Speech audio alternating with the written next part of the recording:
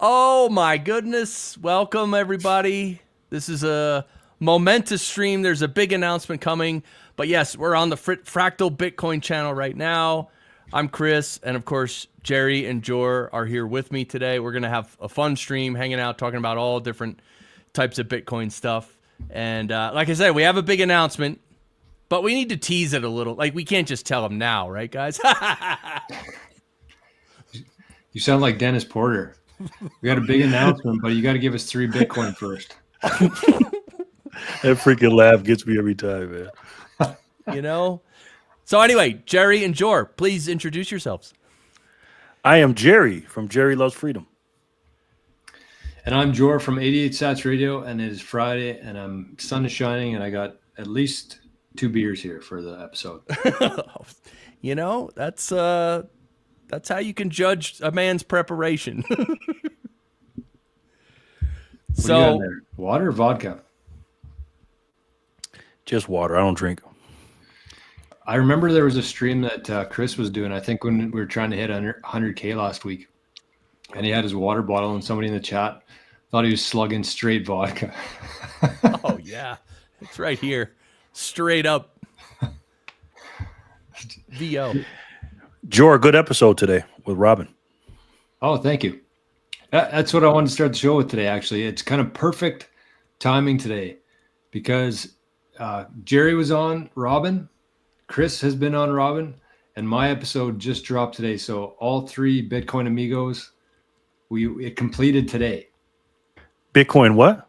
Bitcoin who? What did you say, actually? Oops. I said it this morning on my channel. Don't worry about it. Yeah, even Calbit. He's on to us. What's up, everybody? What's up, Paul? Oh, yeah. Yeah. Oh, yeah. Oh, that's what I'm talking about. Happy Friday. Hee-haw. Hee-haw. It's an old show, actually. Mm-hmm. Hello from Florence, Italy. Garga, good to see you again. Jerry is a wife beater. Okay, terrific. Oh, and Paul coming in hot, starting it off. Yeah. Oh, yeah. Oh, forget it. Oh, Thank you. Come Thank on. you, Paul. Let's go. All right, so here, like, what's the news on Bitcoin? Honestly, guys, I haven't put out an episode of my show in literally 1 week because I've had family visiting, and it's been great. Anyway, so what's going on? You guys have probably been paying more attention than me. Is American Thanksgiving like a whole week thing, or what the hell's going on? Like, I thought it was last weekend because people were talking about preparing for it last weekend. And I'm like, when is Thanksgiving? Is this a week-long, month-long thing? I don't understand. Pretty much, yeah. When's your Thanksgiving? I don't know. Ours is like irrelevant, but it's usually in October sometime, I think. Hold on. Mm-hmm. I don't know. Hazel's here. What's up, October. man? You know, before Hazel arrived, you know what I was thinking? There's no activity, no giggle, no nothing. But actually, Paul brought the giggle, and Hazel brought everything else. Hello from Paul, Toronto, thank you. Bacon Booty. Sorry, Jor, I cut you off. Nope, no worries. Look! Hola, amigos. I love it. Well, I think they seen the thumbnail too. So, true. So, Jor, you were going to tell us when the Canadian... I don't know. It doesn't matter. We don't take it as seriously as you guys do. We give thanks, we eat turkey, we go to the family, but it's just like a day thing. It's not a week. Ours isn't a week, but what happens is people, they'll take off. Well, most people have off Friday, so Thanksgiving's on Thursday. Most people have off Friday, but some people, they travel that week, so they take off Monday, Tuesday, Wednesday. So it does become a whole week for quite a few people, but not everyone. Makes sense. I guess when people are flying around, I mean, most of my family lives within a couple hour drive, so it's not a big thing for us. We just kind of go there for the day, eat some turkey, and then sit on the couch for 2 days. And What's up, Jersey? Hey, so let's go ahead and make the announcement. You know, we can't tease this too much. So we have, the 3 of us have decided to join forces on Fridays to do a live stream. And we're going to call ourselves the Bitcoin Amigos. The Bitcoin Amigos. The Yeah, BTC oh, yeah. Amigos. The BTC Amigos, right? Whatever. BTC, Bitcoin Amigos, whatever it is, it works. Yeah, I Amigo- think Bitcoin is the Bitcoin Amigos. We got a URL. We got all the did we? accounts. Okay. Yeah. Paul loves it. Oh, yeah. I was going to show some of our accounts and stuff. I was late because Jerry and I were setting up his new mic, which thank God he has a new mic. Jerry. Oh, thank you so much, Chris. My gosh. It's a good one. Fractal Amigos. Oh, yeah. So, by the way, what's been going on here with the price, guys? I mean, have we woken up the past few days here? I thought we were actually down near 90K. Mm-hmm. You think we're gonna move up and up, or are we gonna just flounder here for a little while? I think we're going to be in this range for a little bit.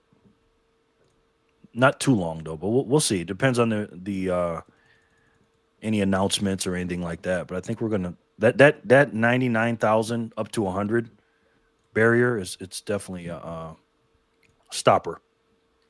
What announcements could be made though right now that would boost a pass there? Like, I just don't understand. It's like last week, perfect example. Sailor bought 55,500 Bitcoin, and the price dropped that day. Like, these are the kind of things that just don't make sense in my head at all. Like, there's a few things within Bitcoin, and the longer you spend in Bitcoin, the more frustrating it becomes, because you could literally spend 5, 6, 7, 8 hours a day learning stuff, trying to figure shit out, and then something like that happens, and you're like, what is going on here? Like, it literally makes no sense how that could happen. I think how I justify it is whatever Bitcoin we think is going to do the opposite. That's what I've come up with. That's one of the best pieces of advice I ever received is like, humans are very emotional, and that's where the market usually moves. I know there's big institutions that can move it quite, easier than I could.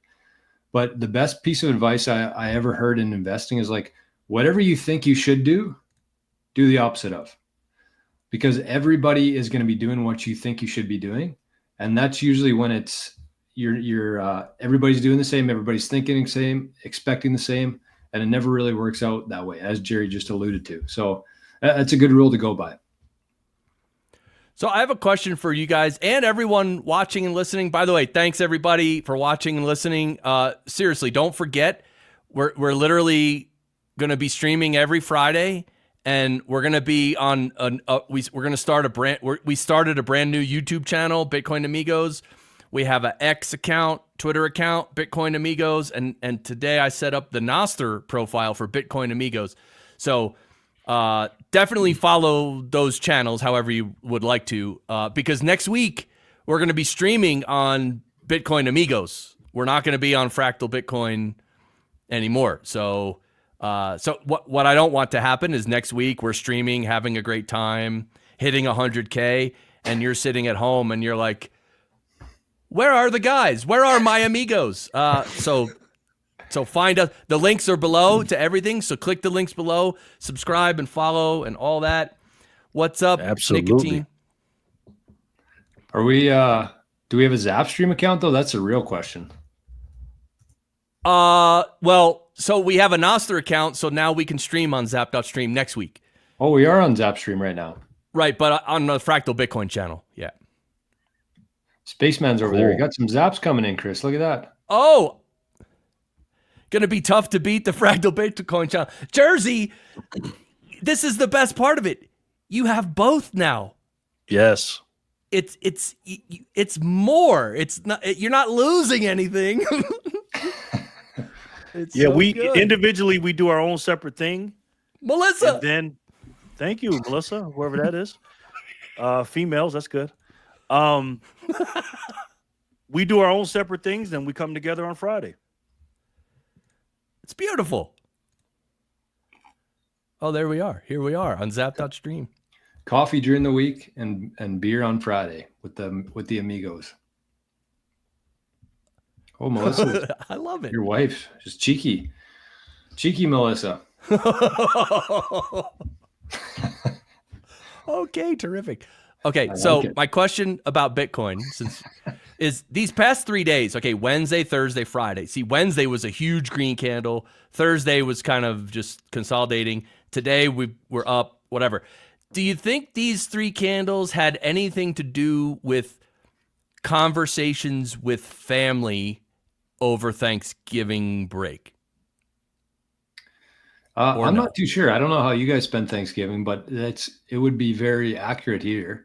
I do recall many Thanksgivings and many Christmases talking to family about Bitcoin, and then a couple months later, depending on what year it was, but I either look like a genius or a dipshit, and most times it's a dipshit. So there is many conversations around finances, around things that have been happening in people's lives, whether it's a new job, new career, new girlfriend, or new bank balance. So I do think that there'd be a lot of people showing off their portfolio over the Thursday, and that could have something to do with it.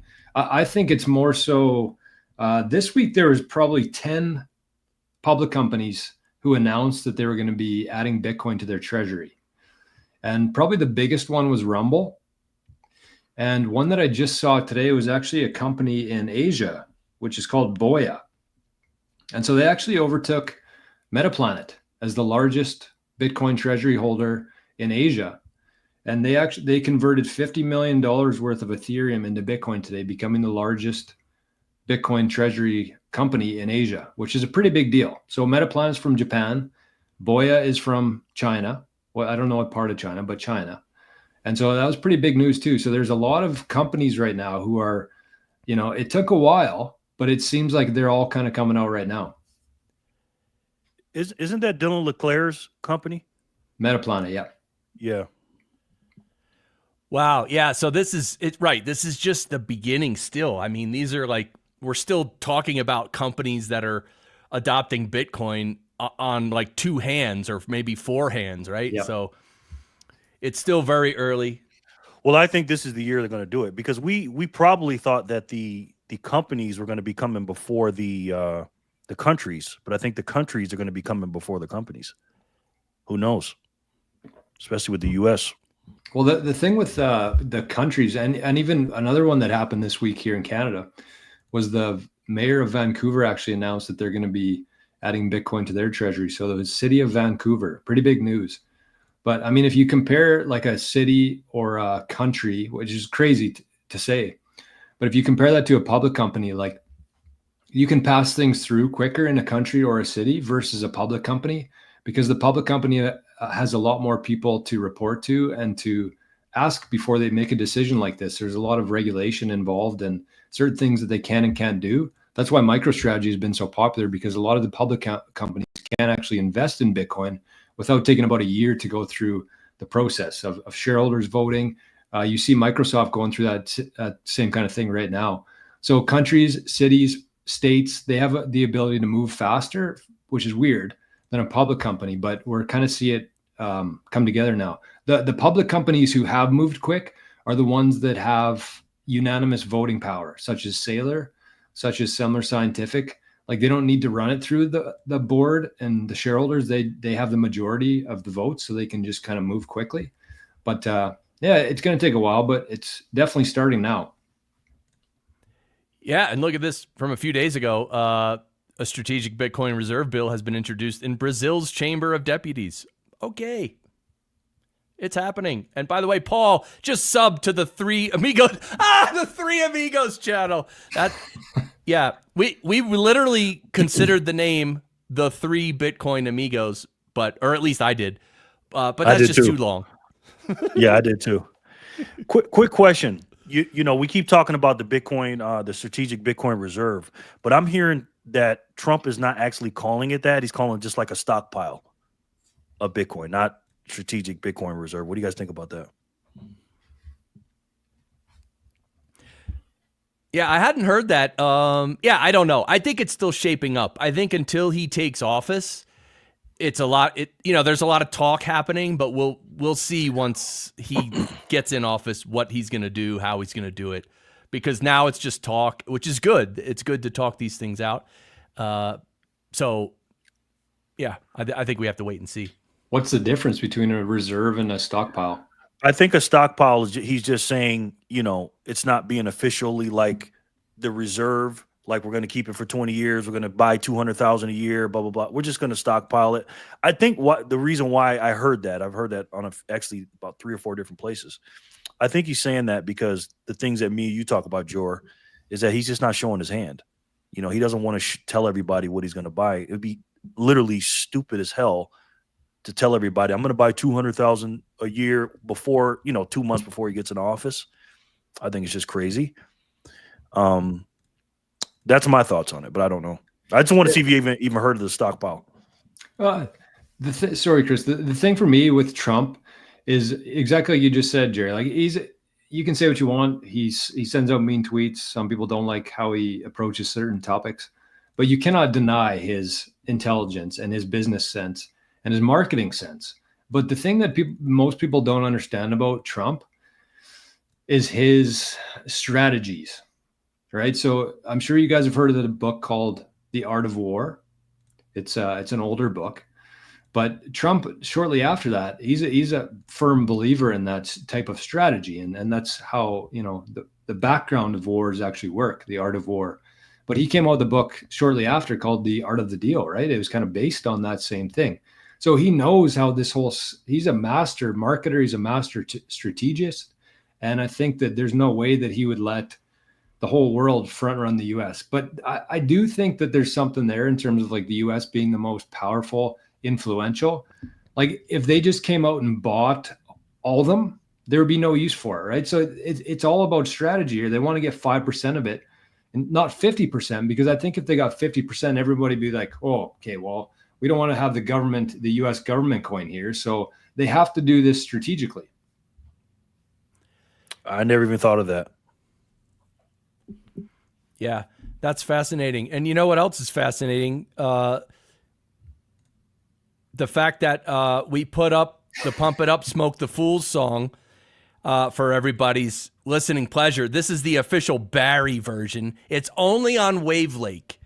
So Wave Lake, you know what? I'll put the link in the chat. Is it going to let me? Yeah. But this is the Pump It Up, Smoke the Fools song with the Barry clips on top of it. You can actually zap over here, and actually 10% of the zaps are going where exactly, Jor? They're going to the Bitcoin Rescue Dog Fund. So this is something I've been doing on my channel. We have a dog here. He's usually sitting right there, but I don't know what he's up to right now. His name's Arnie. He's a white German Shepherd mixed rescue dog. We found him on a reserve in Saskatchewan here, or we didn't find him, but that's where he came from. So I always have a QR code at the top of my screen, and people can send in zaps to his wallet. So he's probably the richest dog on earth, but I figured, we don't need to be, Arnie doesn't need that many sats here. So I decided to redirect them into a rescue dog fund. So instead of them all going to Arnie, we're actually stockpiling a little Bitcoin reserve for rescue dogs. And, in a couple of years when it's worth a little bit more, we're going to set up a committee. We're going to be allocating it to different dog shelters, humane societies, stuff like that. So we have over 100,000 sats in there already. And 10% of Chris was gracious enough to donate 10% from all the zaps on Wave Lake to the fund. So one thing I didn't know about Wave Lake, this is all kind of new to me. I just set up an account yesterday, but just like Fountain, you can actually go in there every day and listen to new music that they suggest. And you can actually earn sats from Wave Lake on there, just like Fountain. So you can download it on the Apple Store, Google Store. It's called Wave Lake, WAVLAKE, Wave Lake, and just search Fractal Bitcoin on there. You'll be able to find the song. It is a banger. I love the Barry version. Yeah, the Barry version is hot. And Jersey Jedi, he's our guy. Since we're now online, it's possible we might get a new all-time high. Maybe he'll go take a quick walk. Remember, every time he leaves, it comes back, it pumps. So, bro, strap on your walking shoes. Let's get some laps in, Jersey. Chris, one thing I did want to mention today about this song and about the Barry version. I know your audience is quite familiar with the story with Barry and the sound bites and where it all comes from. But do you mind, just for like Jerry's audience and the 88 Sats community, like what's the story with Barry? It's a real character, right? Yeah, Barry's a real guy. So he is. Wait, what? hold on. Oh, sorry. I just saw Paul's. Look, this is what Paul did earlier, guys. I mean, look, this is Oh, brother. Cheers, My man. man. That's an East Coast. That's how they say boys in the East Coast of Canada buys. Oh man, thank you, Paul. So yeah, Barry is a real guy. I actually had a physical podcast studio in New Jersey from 2012 to 2015. And I was producing shows for local business people, and it was great. And Barry was the maintenance guy of that building. And he has this amazing voice. He would come by, real friendly guy. He's an old seaman. He sailed around the world on various ships. He told story. He was the greatest storyteller I've ever known in my life. It's not even close. And he was an older guy, older black gentleman. He would come in to my studio and sort of hide because he would want to take a break, just sit down for like 10 minutes, 5 minutes. So he'd come in and just sit there and we would talk, and he was just tell these stories. And slowly I realized, I'm like, I got to record some of this. So I just put up a mic in the room, in the middle of the room. And every few minutes I'd move it a little closer and a little closer. And he let me record him. And from those recordings, I clipped out these little clips. No way. You crazy? Oh, forget it. Yeah. Oh, yeah. I mean, there's so many classics, and but that's Barry. So he's a real guy. It's not Barry White. A lot of people think it's Barry White. It's not. He's a real guy. I haven't talked to him since then, so I don't know where Barry is now. I don't even know his last name. So, but all the best to Barry. And by the way, I did ask him at one point. I said, Barry, we're using a couple of your sound clips on the show. Is that okay? He's like, oh, yeah, have fun. Do whatever you want. Come on. I said, thank you. you got to get some more, man. You got to we- get some more clips from that dude. Yeah, well, I do have a lot that I don't normally play. Something from out of ancient times. Big mouth. Lot of teeth. Wait, where's he from? He's from Jamaica originally. Jamaica. So he's got that big mouth, like with a T at the end, mouth. And so much pronunciation. Barry, you've seen pictures of Nancy Pelosi on the online. What would you say she looks like? Something from out of ancient times. Big mouth. Lot of teeth. Okay, I'm just look. Oh so my good. god. Jersey, go get some beer, man. So good. Yeah, thanks, Paul. No, that's cool. I think my favorite part about that song is the saxophone solo, like kind of near the end of it. Like, I love that. That's my favorite part. And I hope that I did a bit of a call to action on my show this morning and said, if there's any video editors out there who could take that song and add some video to it and have like a guy playing a saxophone during that, and like some Bitcoin charts and whatever else, some mules, some horses. And so I hope that happens, and we could maybe put it on the Bitcoin Amigos YouTube channel with some video action on there. I can't hear mules or anything without fucking laughing my ass. No. It's too good. Horses, mules. For those not familiar, well, you know what? I feel bad. I haven't asked Barry this yet. Barry, because Barry's my producer. He's right over here. Barry, in order to really start the Bitcoin Amigos channel properly, what are we going to need to get started on the right foot? You're going to need a couple of horses or a couple of mules. Yeah, it's just too good. It's too good, man. It's too good, dude. All right, so back to Bitcoin. Yes.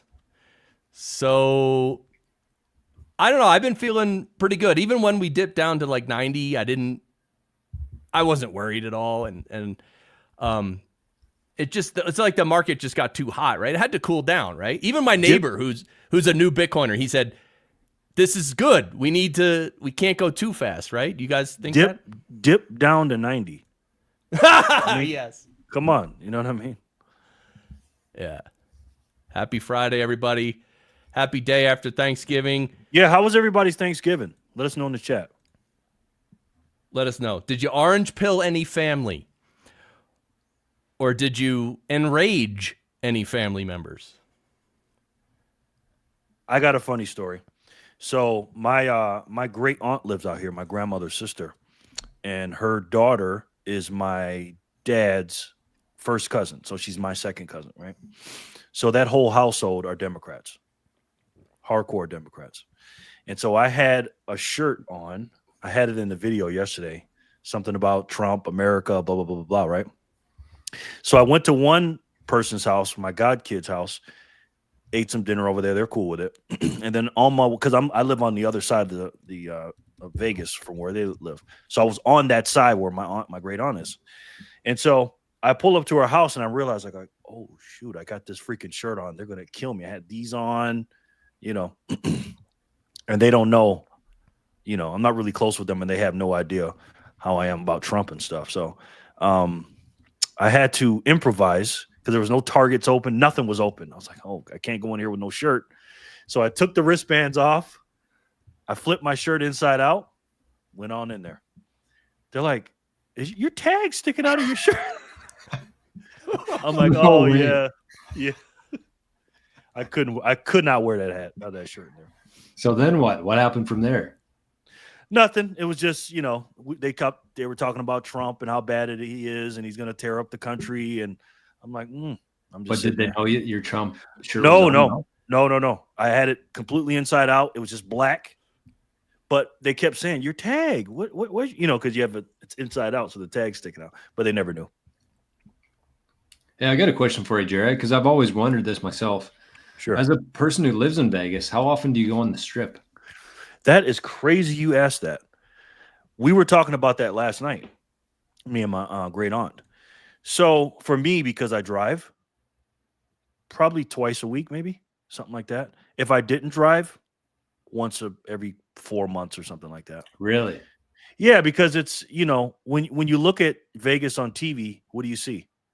You see the Strip, you see the hotels, but it's much more than that, obviously. And you got the city itself is divided by the Strip goes down, literally down the center of Las Vegas. So you have Summerlin, Henderson, North Las Vegas, all these different places. And the people that live there have their own casinos in every single town, right? My neighborhood has a casino. There are casinos everywhere. And if you want to go to the casino, just go to your town casino, because at the Strip, what happens? The prices are crazy high. The traffic is crazy. There's nowhere to freaking park. Literally, like I said, the price is high. Literally, it's like living in the year 2035 in inflation. You know what I mean? Like a hot dog will cost you $9 just for a hot dog. That'll cost you $2, a mile down the road. So I try not to go down there too much, but I do have family and friends that come here every single weekend. And they want me to do something. Like I said, I just can't do it. But when I have, like when you guys come and stuff like that, we're definitely going to go down there for sure. But other than driving, I don't go down there too much because it's just too crazy. I do remember when we drove there, I was like 22, 23 years old, right after we turned 21, drove down there. So that would have been in 2010, 2012-ish. And I remember paying $40 US for a drink at the pool. It was like a big drink. Like it was, maybe 5 ounces of liquor for kind of a couple hours of drinking, but $40 US, which is, $60 Canadian. And that was before, that was like, that was when things were okay. They were manageable then. I couldn't imagine what it costs now for one of those drinks, maybe 400. Crazy, right? It's crazy down there, man. And you just wouldn't believe people's mindset, even in this recession, because we're in a recession. I don't give a shit what anybody says. I can't curse. I don't, it's just they come down there and they go there to lose money, not just at the casinos, not just at the bars, not just at the clubs. Anywhere they go, they know that they're just going to spend a bunch of money. And they bring 5-10 grand or whatever they bring, and they just know that they're not going back with it. And it's crazy. Yeah. Again, how many Satoshis is that for me? It's a bad place for people who have no self-control. Like what I did when I was there is I took like, say $200 US. I put that in my wallet. That was before like phones. I shouldn't say phones, but like everything where you tapped. So I would take like 150 or $200 out, leave the rest in the safe. And when I ran out of money, I would just go to bed. But there's people who, they get down $200 or $400 and then they just keep going back to the ATM to try to get back to where they were. And I mean, $200 for me was a manageable loss. It is exactly like you said. I kind of expected to lose it. That's when I would go to bed. Sometimes it was at 2 a.m. Sometimes it was 7 a.m. But I remember one night, on the strip, you're walking down and the buildings are so big that it looks like you're right next door to it pretty much. You can see it. So you might as well walk. So it was like the club shut down. I lost all my friends. It was like 3 or 4 in the morning. So I'm like, whatever. I don't have any money. I'll just walk home. It took me like an hour and a half to walk home, get back to the hotel room, and all the lights were on. I thought I was going to have to tiptoe into my room because it was like 6 or 7 a.m. in the morning at this time. Thought I was going to have to tiptoe into my room. Everybody's sleeping. The lights are on. Nobody else is even there yet. Hey, it's crazy down there, man. It is crazy on that strip. What are you guys' favorite hotel? You been down there, Chris, or no? Yeah, a bunch. Yep. What hotels you guys like? I'm not that familiar with specific hotels. Like I don't have a favorite. I usually, if I attend a conference, I try to stay at the host hotel just so I don't have to walk too far. Yeah. I always liked the Bellagio. To this day, I still like them. Oh, Ocean's 11, Ocean's 12. never been there. Yeah. Hangover. Yeah. Yeah. So I want to compliment Jerry, my amigo Jerry, because last week he didn't have what I would call a real microphone, and it shows his dedication. He went out and he got a good microphone. He didn't just get a regular microphone. He got a good one, and he set it up. And that, to me, that shows a lot about a person's character and commitment. Like we're talking about doing this show every Friday, which, by the way, it's the Bitcoin Amigos is our new channel. Definitely on YouTube, X, and Noster. Find the Bitcoin Amigos channel. I link to them below. And please subscribe, follow us there. We're going to be streaming every Friday. But Jerry, I do want to commend you for that because to me, I've done a lot of podcast shows with a lot of different co-hosts, and to see that level of commitment and just dedication, like getting it done, is thank you, Jerry. Oh, no problem, and thank you for us doing this together. Number one, collabing, but also you spending the time before the show. You're the man, Paul. I always tell you that. You spending time. I knew you had to get ready for the show. For those of you who don't know the behind the scenes, I called Chris at about 12:35, maybe something like that. And I said, Chris, hey, when you got time? He's like, oh yeah. And he just helped me set it up because I am not a technical person. So I really appreciate that. Thanks, man. And if I'm too far, let me know. And this is all new to me. And I know that you're a sound guy, Chris. I watched George's show. I watched both of you guys' show, and you guys are sounding good and everything else. And I'm just an idiot walking around with my phone. So I said, well, I gotta step my game up. I'm in here with the big boys. We got the reverse Oreo cookie here going on, and I gotta make sure we're straight. Hey, look, we're up to 10 subs. We made it to 2 digits already. Thank you, everybody. Oh yeah, just the beginning. It's like when Bitcoin was $10. George, by the way, you made me laugh so hard. I don't know if it was this morning or yesterday when GFY, that's all I'll say about the guy. I literally laughed as soon as you said, the guy said, oh, blah, blah, blah, blah, blah, GFY. I go, I finished your sentence before you said it. I said, I guarantee you text him back GFY. Guarantee it. It's the only response. I'm not going to pander to any bullshit. That's for sure. Go to George's channel. Channel. Yeah, go to George's channel, subscribe, and you'll see what I'm talking about. That was so freaking funny. Thanks, Calbit. Yeah, and by the way, Jay asked, where's the news?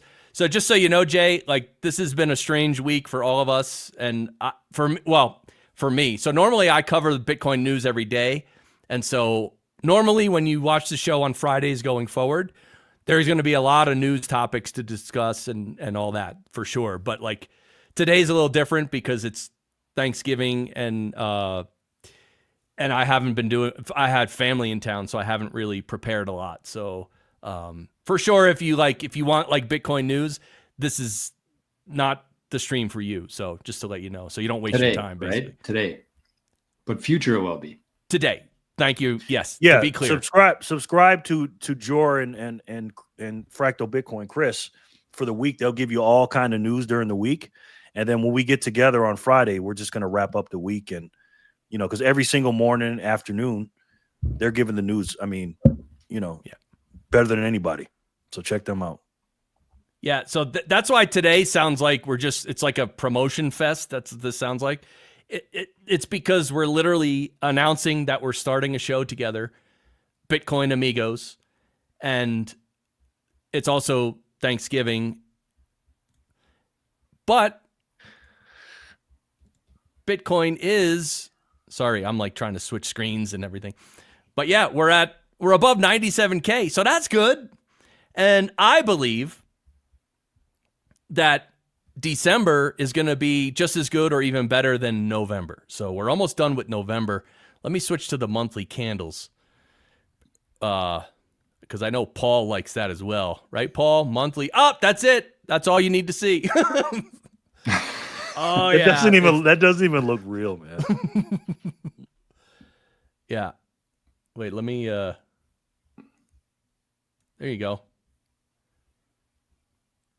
Yeah. All right. So We're climbing. Yeah, we're climbing. So December should also be good.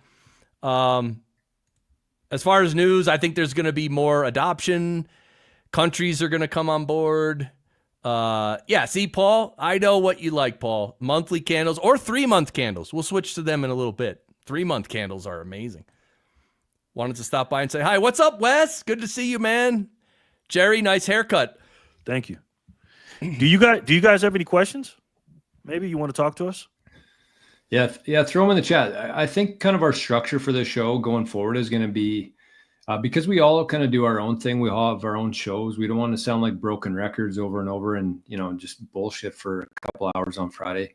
But kind of what we're planning on doing going forward is we want to bring one piece of news we thought was most relevant for the show. One of us each brings up a topic, and then just like a bigger picture. So kind of micro, macro, something that's happened this week that people should be aware of, and then something like bigger picture that we think is worth talking about. And kind of throughout that process, we're more than happy to discuss, like all three of us. I think we have different skill sets, different knowledge levels.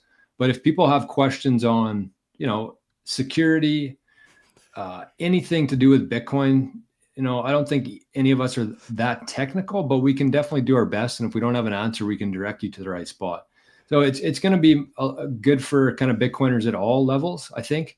And so if you are new to Bitcoin, if you have any questions, there's really no such thing as a dumb question in Bitcoin, because there's just so much ground to cover. And it is very difficult for somebody who's just trying to learn, about money, about history, about the markets, about how this all ties together, about the future of Bitcoin, AI, the storage techniques, everything. There's so much to cover. And I don't think we'll ever run out of topics. That's the one thing I noticed when I started my show, is I wanted to come up with a list of things so I wouldn't run out of things to talk about. And I haven't even come close to that. Like, I got months of stuff to cover, and it's kind of cool. So just kind of going forward, just feel free anytime just to toss something in the chat, and we'll go back and forth with it. We are here to help. And PJR, comment of the stream so far, but yeah, wrong chat. Maybe. Yeah, exactly. Never a dull day in Bitcoin. And PJR, I know who you are. I think I know who that is. But you know what? To piggyback on what George just said, what I'm looking forward to is just kind of like the Napoleon Hill thing where he talks about the mastermind group. I know George used to doing this every morning, but for me, he does it by himself, and obviously he has his living in the future group and everything else and his followers and stuff. But for me to be on here with you two and then everybody in the chat, this is not something that I'm used to. Again, I'm the idiot with the phone walking around. So for us to talk about a subject, right? This is the crazy thing about it. You can listen to all three of us every single day. Boom, boom, boom. And then on Friday, we come together and then we talk about it together, us three on the screen, and then you guys as well. And I think that's just, that's priceless, I agree. Well, For very sure. well said. Yes. Wes says, what is the probability of a Bitcoin arms race occurring between nation states? Time frame. 100%. The probability is 100. No question about that. I think it's a little bit going on right now.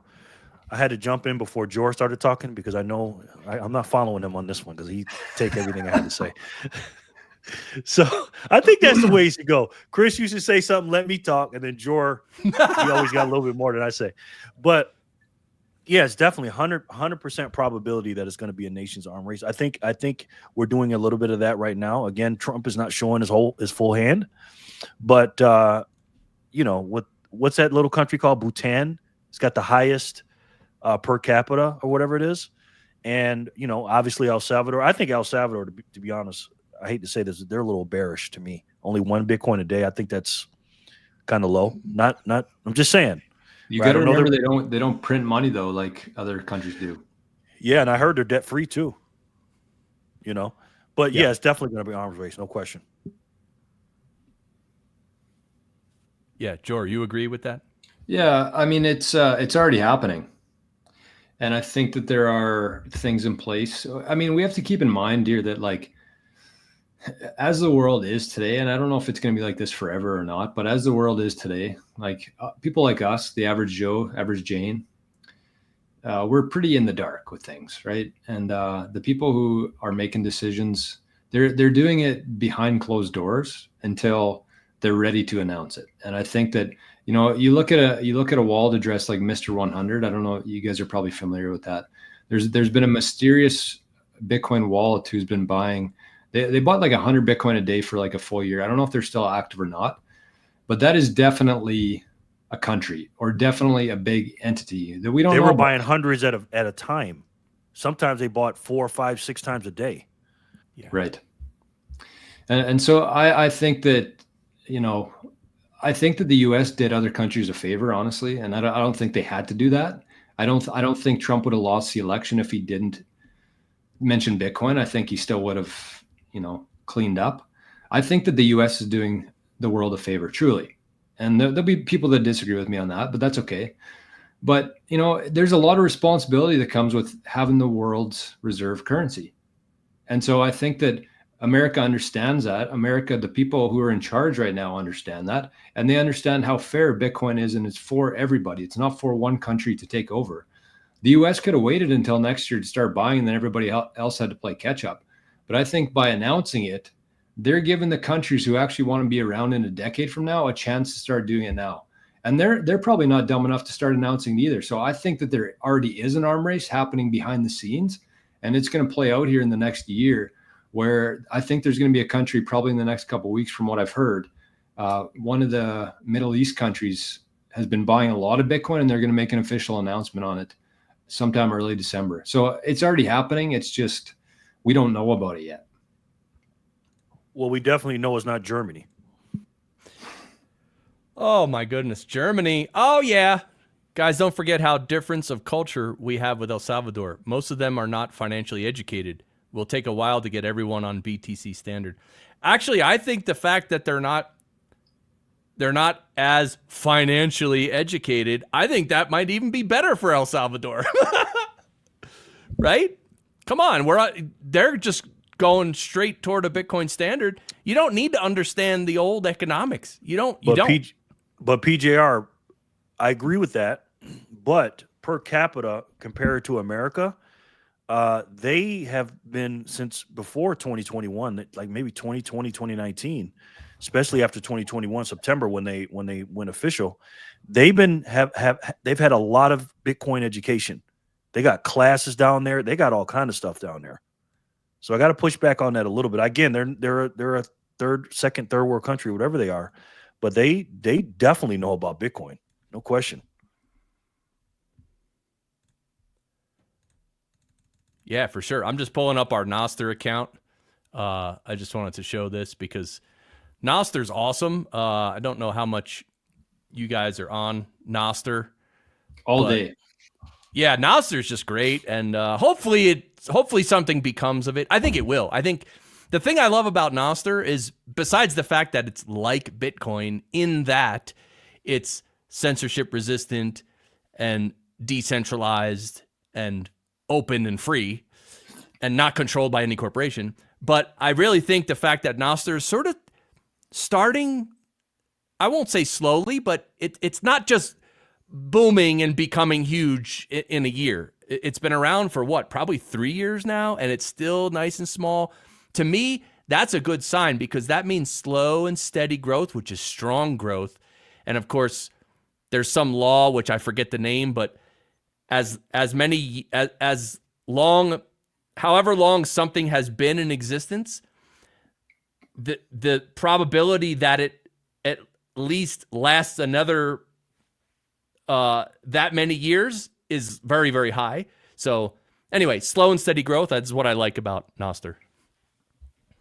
Slow and steady is the key to anything. I think that that's a very underrated aspect of life.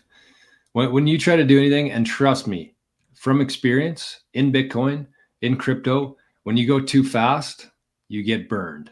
And I have been burned plenty of times. And I think that that's a big part of the reason I started my channel, so that other people don't have to do those mistakes or make those mistakes. But it's still like, even though people hear it, I could say it 20 times on the show, and people will still be like, sure, what does he know? And then they'll do it themselves, and then they'll get burned, they'll touch the stove, and then they'll be Bitcoin only for a while. But just like Calbit said here, children are taught Bitcoin in school in El Salvador. They're not only taught Bitcoin, they're running nodes, they're running miners, they are setting up hardware devices in school, like 10-year-old kids in El Salvador. So I do think that, just like slow and steady, El Salvador didn't come out of the gates super hot, but the tone at the top has been since then. We're going to make change here, and part of that's going to be Bitcoin. Part of that's going to be going after the M13 gang members. They cleaned up the streets, they cleaned up the country. Their tourism increased. They've seen a bunch of investment flowing into the country. They're incentivizing people to move there. They want talented, knowledgeable, skilled people to move there. And it's a long play. It's a long play. It's with the children. It's with the incentives to come there to entice well-educated, valuable people in society to move there for, without paying $100,000 to get a citizenship. It's slow. Everything is slow. And I think Nostr is no exception to that. I've been on Nostr for almost 2 years now, in a couple months. And it has been by far the biggest, aside from Bitcoin, it might even be right up there with Bitcoin in terms of the biggest innovation I've ever seen in my life. And I think that, as Chris said, it's still very early and there's still a lot of time. But I know that by the time my friends show up on there, the people, whoa. Sorry. I was like, what the hell happened? I know that freaks people out. Sorry. Wi-Fi cut out. But no, we're so Nostr, you've been on 2 years. It's rivals. It's up there with Bitcoin in terms of. He shell shocked, because sometimes that happens on the show, and he's like, "What? What?" I'm like, "I'm right here with you, man. Don't worry about it." I thought I cut off, but no, it's it hasn't even been tapped into yet. I really look at Nostr right now in terms of Bitcoin. What would you say, Chris? 2013, 2014, that's the kind of people that are on there, the same kind of people who were in Bitcoin at that time. Unfortunately, I wasn't in Bitcoin at that time. So I'm hoping to kind of see the lasting effects of Nostr. And I've been putting a lot of time and energy into, meeting people on there, putting out good content, letting people on Nostr know how to find me. It's strategic, but it's also, I just love being on there. The energy is so good. Everybody is, I know it's just a symptom of being so small still, but when I go on Twitter, my blood pressure, I can feel it increasing, literally. And I had to stop going on my personal account because the algorithm on there would feed me things to intentionally get my blood pressure high, because that's what they want. They want to spark an emotion. They want you to engage in conversation because you're either mad or whatever it is. So you go onto Twitter and just my blood pressure rises. And I actually had to take a month-long break off Twitter. But Nostr, it's nothing like that. It's people, you got a question on there, you have something to say, you want to post a picture. It is for anyone, and it is amazing. So that's one thing I'd say between this show and next week. I would highly encourage everybody to just get an NPub. Jerry, you got to get on there. You're on there, he's but on you're there. not active. Yes. Not active, right? Yes. I was just going to say that. I'm going to do better with that. Yeah, that's awesome, Calbit. That's really awesome. And it's invaluable. Like where this thing's going, because I just want you to picture this. And I talked about this on Robin's podcast that he posted today. But like the big tipping point in Noster is going to be when the big influencers, the big artists, realize that instead of just getting likes and relying on sponsors and having to, pander to them, because when you have a sponsor, like especially when we're talking tens, hundreds of thousands of dollars to promote on your platform, like there's pressure there. There's pressure, and they got you by the balls or by the wrists, right? Whereas if let's say Taylor Swift put on a brand new song on Noster, and this is actually where I see this going. Taylor Swift puts out a brand new song. She skips Spotify. She skips Instagram. She skips YouTube. She goes on to Noster. She posts it there. And imagine how many fans she has. Let's say 20 million people plus 50 million, maybe 100 million. Everybody gives her 100 sats. She posts one song. She gets a couple Bitcoin for it. That's it. Every artist, everybody's on tilt now. Everybody knows what's going on. And that's where it happens from there. And it's going to happen. It's just a matter of when. yeah, I love that so much. Go ahead, Jerry. That's why we got to put your songs on there, Chris, to get it just like that. Same way. Yeah, I well, love that's it. it. It's on Wave Lake. So Wave Lake is basically Noster. Yep. So yeah, it is. Yep. But I wanted to say something real quick. Talking about dedication, this being our first show and everything else. And this is piggybacking off of you too, Jor. So I don't have a job. I do driving gigs, different ones, and I stick with DoorDash. I really like DoorDash, and I do three different shifts. I do the morning shift sometimes. When I'm up, I do from maybe 6 to 8 in the morning, and then I'll do the lunch shift between 11 and 2, and then the dinner shift between 5 and 8. I've decided to change that. So I work out in the morning now in my breakfast shift.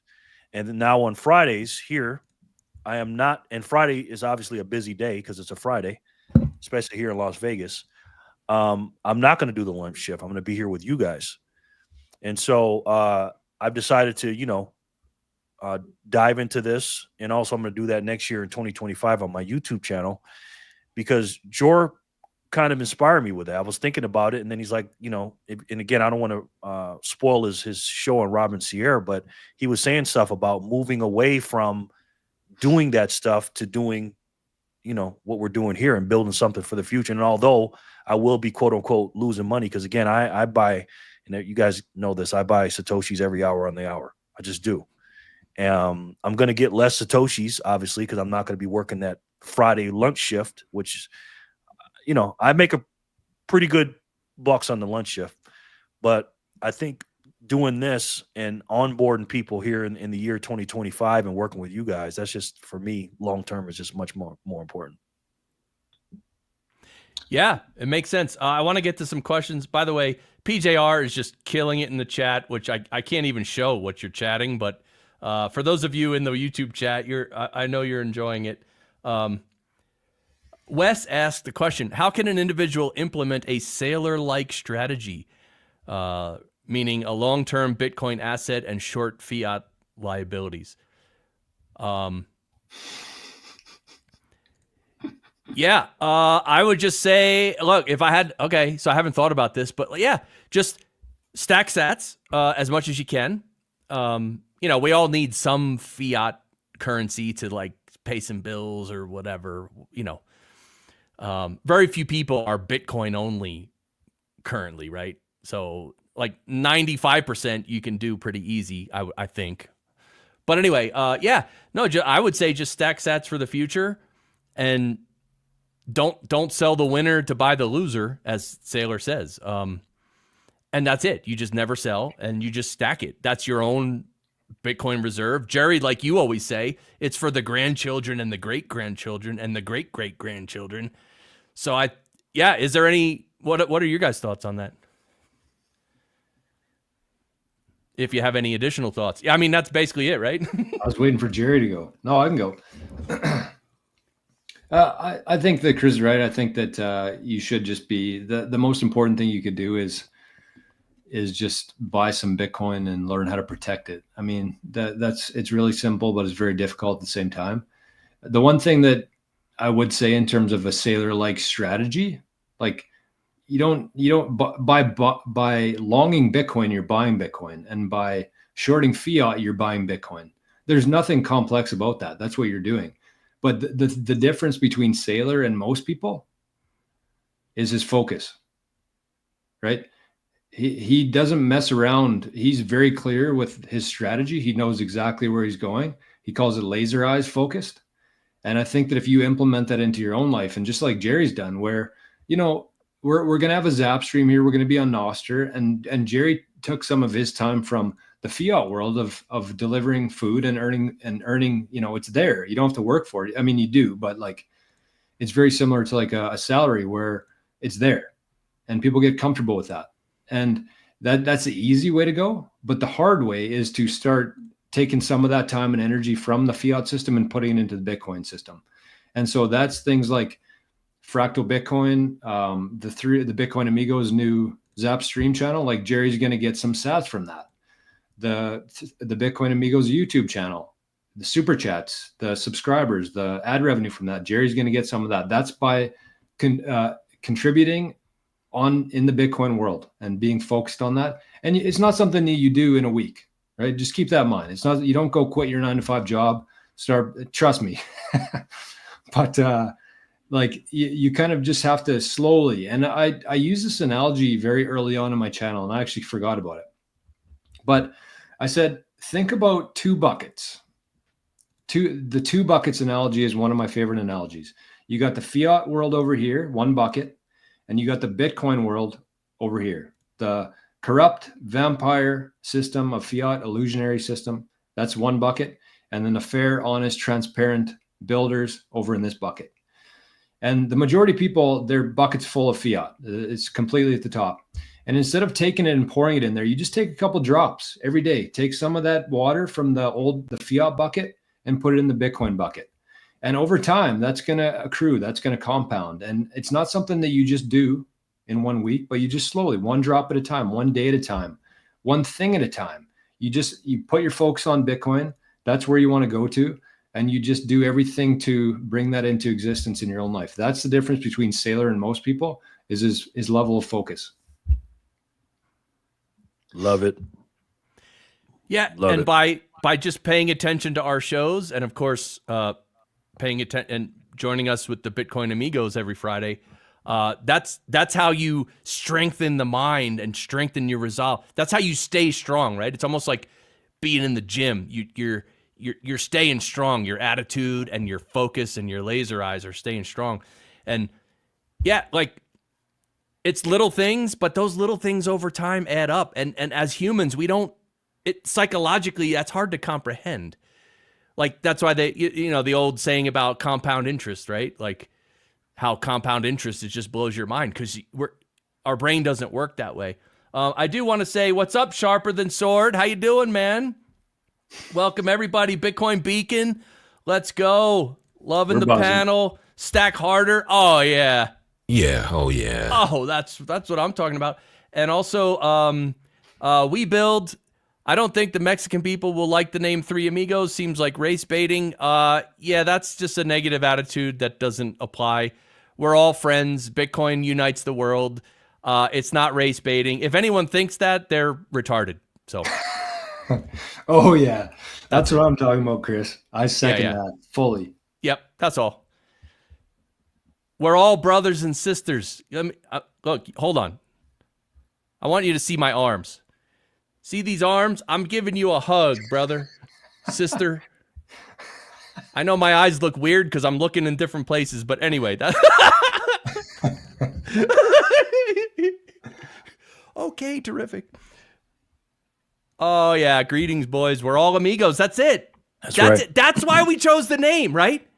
We're all amigos. That's it. Usually people that talk about race are racist. Hey, you know what? That reminds me of something. I remember last year I was at a bachelor party in Minneapolis. And Minneapolis is a blue city for sure. Like it's not my kind of place. But there's too many rainbow flags there. But anyways, I remember looking in the outfield at the what's it called? The Twins Stadium there. Anyways, I remember looking out there, and there was an ad on a company paid for a big ad, a sponsorship on the home run fence, and it said "End Racism." And I was like, just by putting that there, without that sign there, I never would have thought about racism. But you bring that up, you make an ad about that, you bring that to people's attention. What do you think that their next thought is going to be? That's why they do it, Jor. Yeah. You ever heard Morgan Freeman talk about it? Yes, You it's guys the heard that exact clip? same concept. Same thing, yeah. Perfect. Yeah, so that's it. That's why we're all Bitcoin amigos. We're one big family. Bitcoin's uniting the world. I love it. I can't with you guys, man. I want to answer that question though about the Michael Saylor with the what was the question about Implementing your own strategic, your own. By the way, hold that thought, Jerry.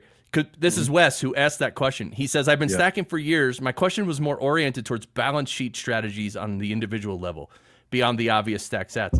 But on the individual level, stacking sats is basically stacking it to your balance sheet, right? I think it's...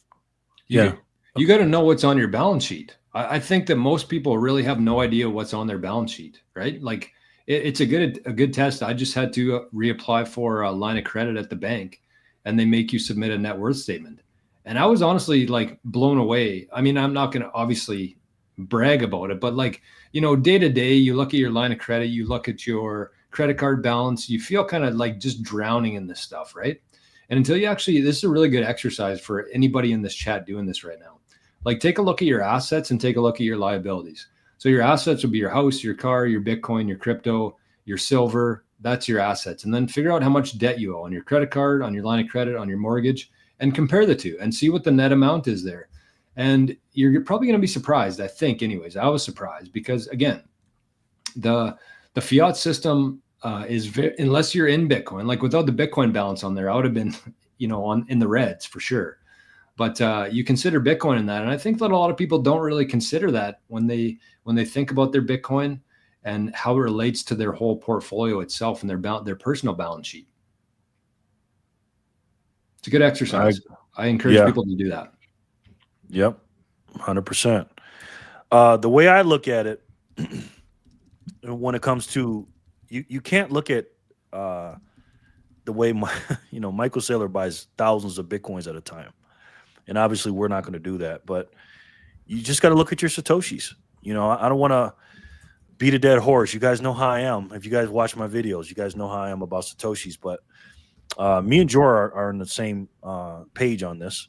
Is look at every Satoshi like a dollar. Don't worry about how much is worth in a fake system, the US dollar system. You're in Bitcoin because you understand the US dollar is fake.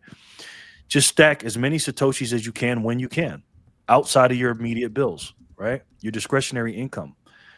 I have a saying on my channel, the best way to save and the only way to save. Now, I'm not telling you to do that to make it your only way to save. But for me personally, once you understand it, and again, I ain't the smartest guy in the world here, okay? I said to myself, I had gold, I had silver, I had platinum, I had, all these different traditional, fiat stuff. And I'm just like, there's more that can be made, more houses.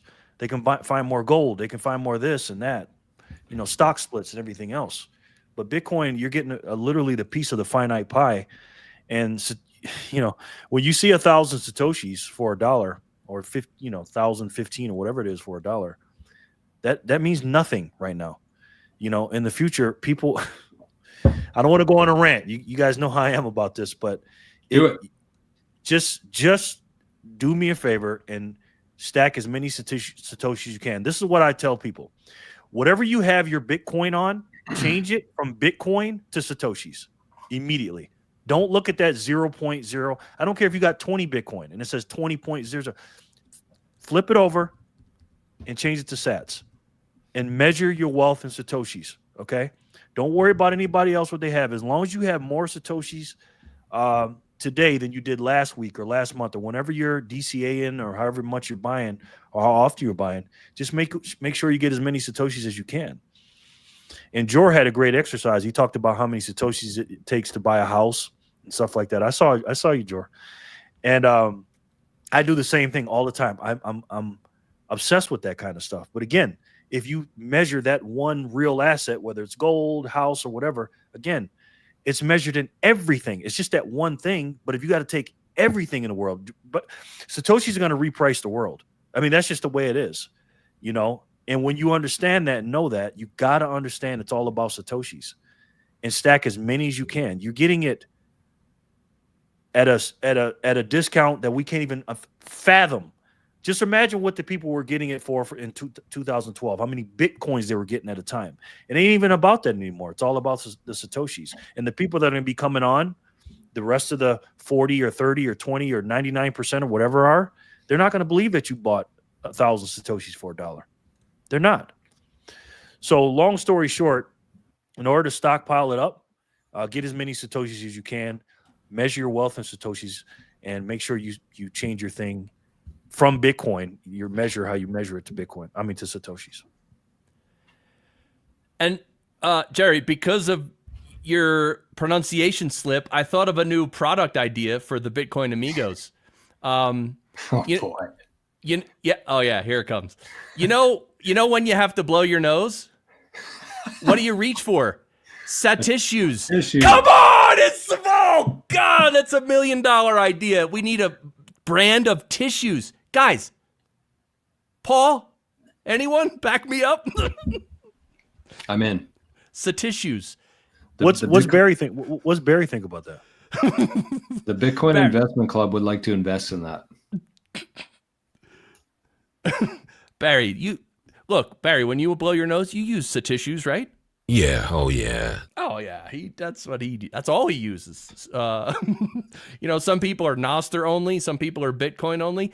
Barry is Satissues only. Okay. Yeah, stay humble, stack sats, we win. Everything divided by 21 million. That's right. Sharper than sword. Copyright done. Yeah. By the way, if anyone's like a marketing or a merch person, and you just you want to help us out, be an amigo and help us out. Like I can speak for myself. I know very little about marketing, but I always have weird ideas.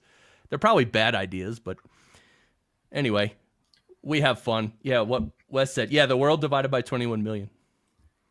That's a great book, by the way. Real good book. Oh, I got. I see that comment there. The world divided by 21, and it's a good catchphrase. It's people kind of see it. They're like, oh yeah, that's kind of makes sense. But until you actually feel that, until you actually feel everything divided by 21 million, then you won't value Satoshis as their true value is today. And I'm guilty of it. I probably spent 1 year, even every day in Bitcoin, really deep in this stuff. I saw that and I was like, yeah, that kind of makes sense. But until you actually feel that in your body, then you don't value Satoshis as much as they are worth. That's a fact. So really, just stop and think about it. And Jerry was talking about my house analogy. And what we figured out was that you divide 2.2 billion houses in the world, divided by 21 million, or divided by, I think it was 1.9 quadrillion Satoshis, the circulating supply.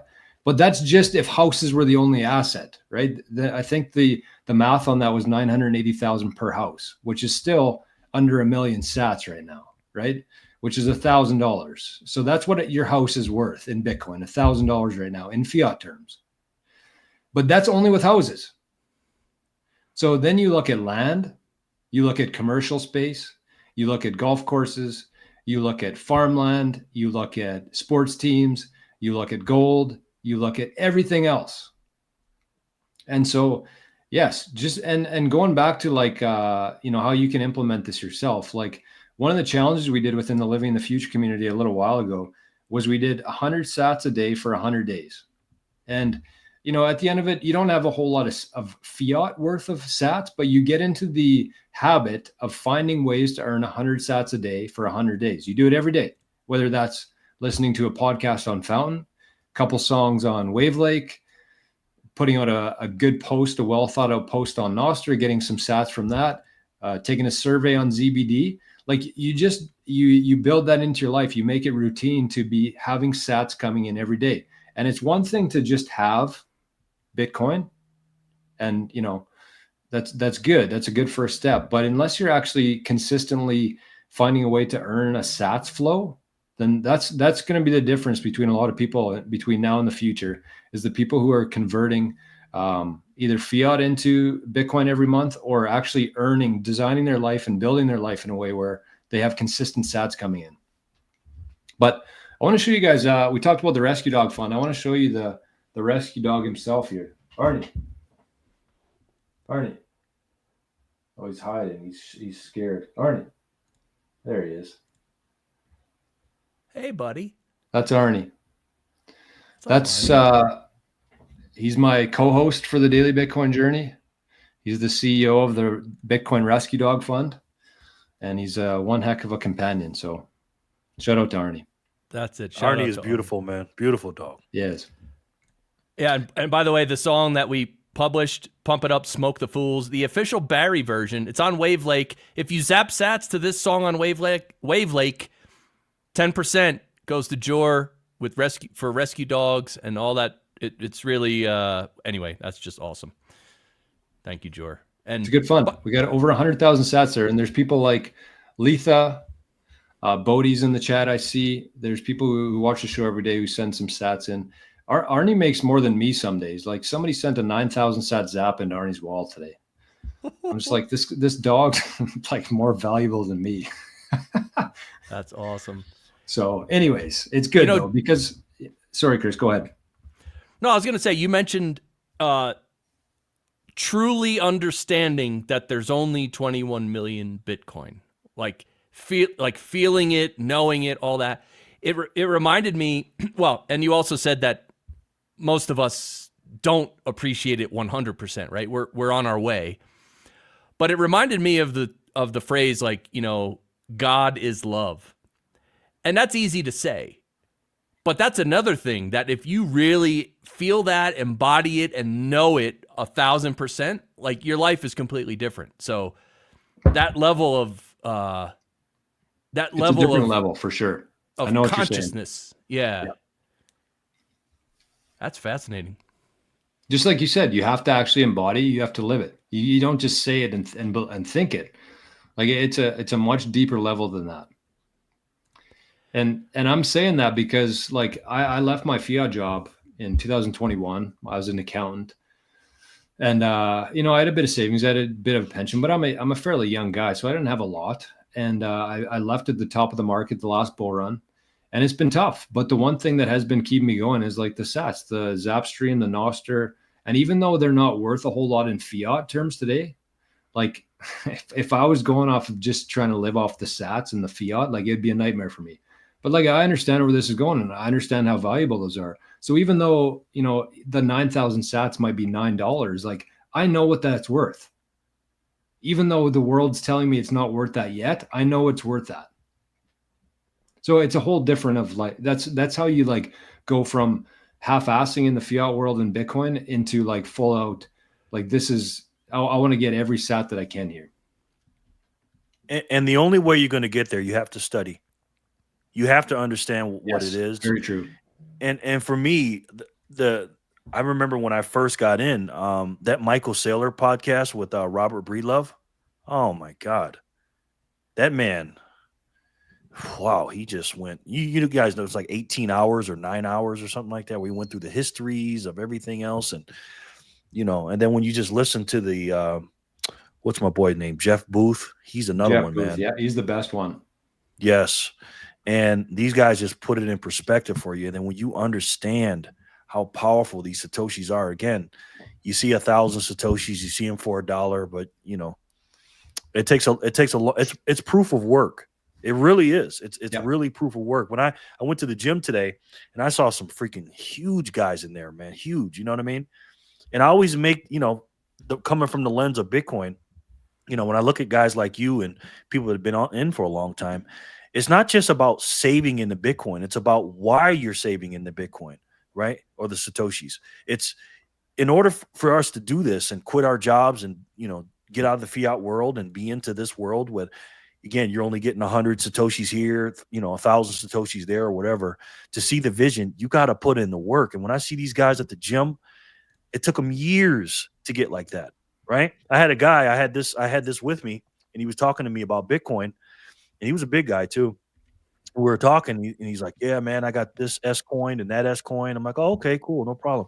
I said, well, you don't like Bitcoin? Oh, man, I can't wait that long. And I go, yeah, you can. I go, look how big you are. Just like you tell people how many years it takes for the muscles and stuff. It's the same thing. It's the exact same thing. You got to put in the work, And again, it's a lifestyle for sure. The rabbit hole is deep. And like Jor said, when he starts a show, he's like, oh, what am I going to talk about? It's endless. It's literally endless. I make a video every single day. Jor makes videos every day. Chris makes videos every day. But you got to put in the work to watch the videos and to read Z books and all that other stuff. So it's all about proof of work. And time. Yes. And Yes, and me, the reason why I'm on this show right now with these two guys is because I've been doing videos for 4 years. Over 4 years, right? And I started off with precious metals and everything else, but I'm just a regular guy. And I'm not going to go on a rant about you guys starting up YouTube channels. But the only reason I'm quote unquote somebody, because if I was a guy just in the chat, I probably wouldn't be here right now. But because they've watched me do my work every day, whether it's just holding the phone in my hand or whatever, they're like, oh, I know him because I see his videos, right? Now, is it a hard thing to do for me? No, but there's plenty of days, 2, 3, 4 times a week. I don't feel like doing it, but I know I have to do it, right? So you got to put in that work to get what you want. But the number one thing is you got to think about it. I look at Bitcoin, I'm a firm believer in, becoming what you think about, right? Firm believer in that. And Jor knows this. I think you reacted to that picture. I sent you a picture today, Jor. I mean, the video of our boy from Deadpool. What's his name? Reynolds. Reynolds made a video in 2009, where he said, I want to make Deadpool, and this is how I want to make it. And the way he said of it, everything he said is exactly how Deadpool came out. Exactly. And the reason I put it on Living in the Future chat, because obviously it's 2009 for Bitcoin, but also whatever you think about and really concentrate on and focus on, you can have it, right? So you have to understand that this world is coming, whether you know that or not, but you got to put in the work to do that. But it's easy. It's hard to say 1,000 Satoshis one day is going to be somebody's monthly paycheck when it's only worth $1 right now. That's not easy to do, but again, you have to put in the work to understand that, and that's why I started my series Satoshi Saturdays, because I knew this was coming down the road. I knew it. I just the way my mind works, I just vision this, and I'm going, there is going to be one day that CNBC is not going to be talking about Bitcoin anymore, and Jor hits that perfect, and I completely agree with him with the $1 million coins. And for those of you who've never heard that, Jor, can you explain the $1 million thing? Yeah, I mean, it just. Everybody's kind of wondering like when Bitcoin's really going to accelerate, when are people really going to start paying attention? And I think that a big chunk, let's say like 10% of people who are ready for it are going to be there when it hits 100K. I think it's going to get their attention. I think that it already has, honestly. Like, I think that group, it doesn't have to hit that number before people start paying attention. Like, I know this in the last week, I've had 5 or 10 people text me about Bitcoin. So I think we're already kind of there for that level. But like when that's like the early adopter phase of people, but the panic's going to set in when we get to 1 million Bitcoin. And the reason for that is because if you actually work backwards and you think in terms of Satoshis, that's when 1 SAT is going to be equal to 1 cent. And so why that's important is because before we hit $1 million, let's say Bitcoin's $900,000. It wouldn't make sense for any tickers to show like 0.097 of a cent. It has to be 1 cent at least before it shows up on any sort of unit-based tickers, right? So when Bitcoin hits $1 million, that means that 1 sat equals 1 cent. And people are going to start looking at Bitcoin instead of being like way out of reach of like, it's $900,000. There's like, you listen to those interviews of people on the street, they're like, that's way too expensive. But when 1 sat equals 1 cent, and they're like, okay, well, I can actually get, 20,000 sats for $20 or $200. Like, even though they could today, they don't know that. But until it's actually priced, until what they see every day is priced in Satoshis, that's where it's going to go from 1 cent to 2 cents to 10 cents. And people are going to be like, holy shit, I just made like a bunch of money. My Bitcoin or my sats went from 1 cent to 50 cents. But in the background there, Bitcoin just went from 1 million to $50 million. Like that's nuts, right? And what it does is it gets rid of the unit bias. It just completely takes away. That's why so many people, including myself, maybe some of you guys, when we first started, what did we buy? We bought a bunch of S coins because I go, oh, I can get this many for that. Get more. In my Satoshi Saturday series, I think it was episode whatever it was, I talked about that unit bias because no one knows and nobody understands about Satoshis. Johnny. So for us, when we were, give you some backstage stuff, we wanted to name something with Satoshis in it for our name. Right? Because we really want to, Bitcoin is the name and everything else, and it's the marketing name, but it's all about Satoshis, guys. 99 point whatever percent of people will not have a full Bitcoin. They just won't. Every time Michael Saylor buys 50,000 Bitcoin, 55,000 Bitcoin, BlackRock buys, 400 something thousand Bitcoin, they got over 1 million Bitcoin. That's one Bitcoin that's getting away from somebody. We talk about millionaires having Bitcoin. There's 56, 58, 60 million big millionaires or whatever. They're not going to have a full Bitcoin. So it's not going to be about that. So we got to make sure that we promote Satoshis because we are the marketing department and make sure we get rid of that unit bias and get them away from the S coins.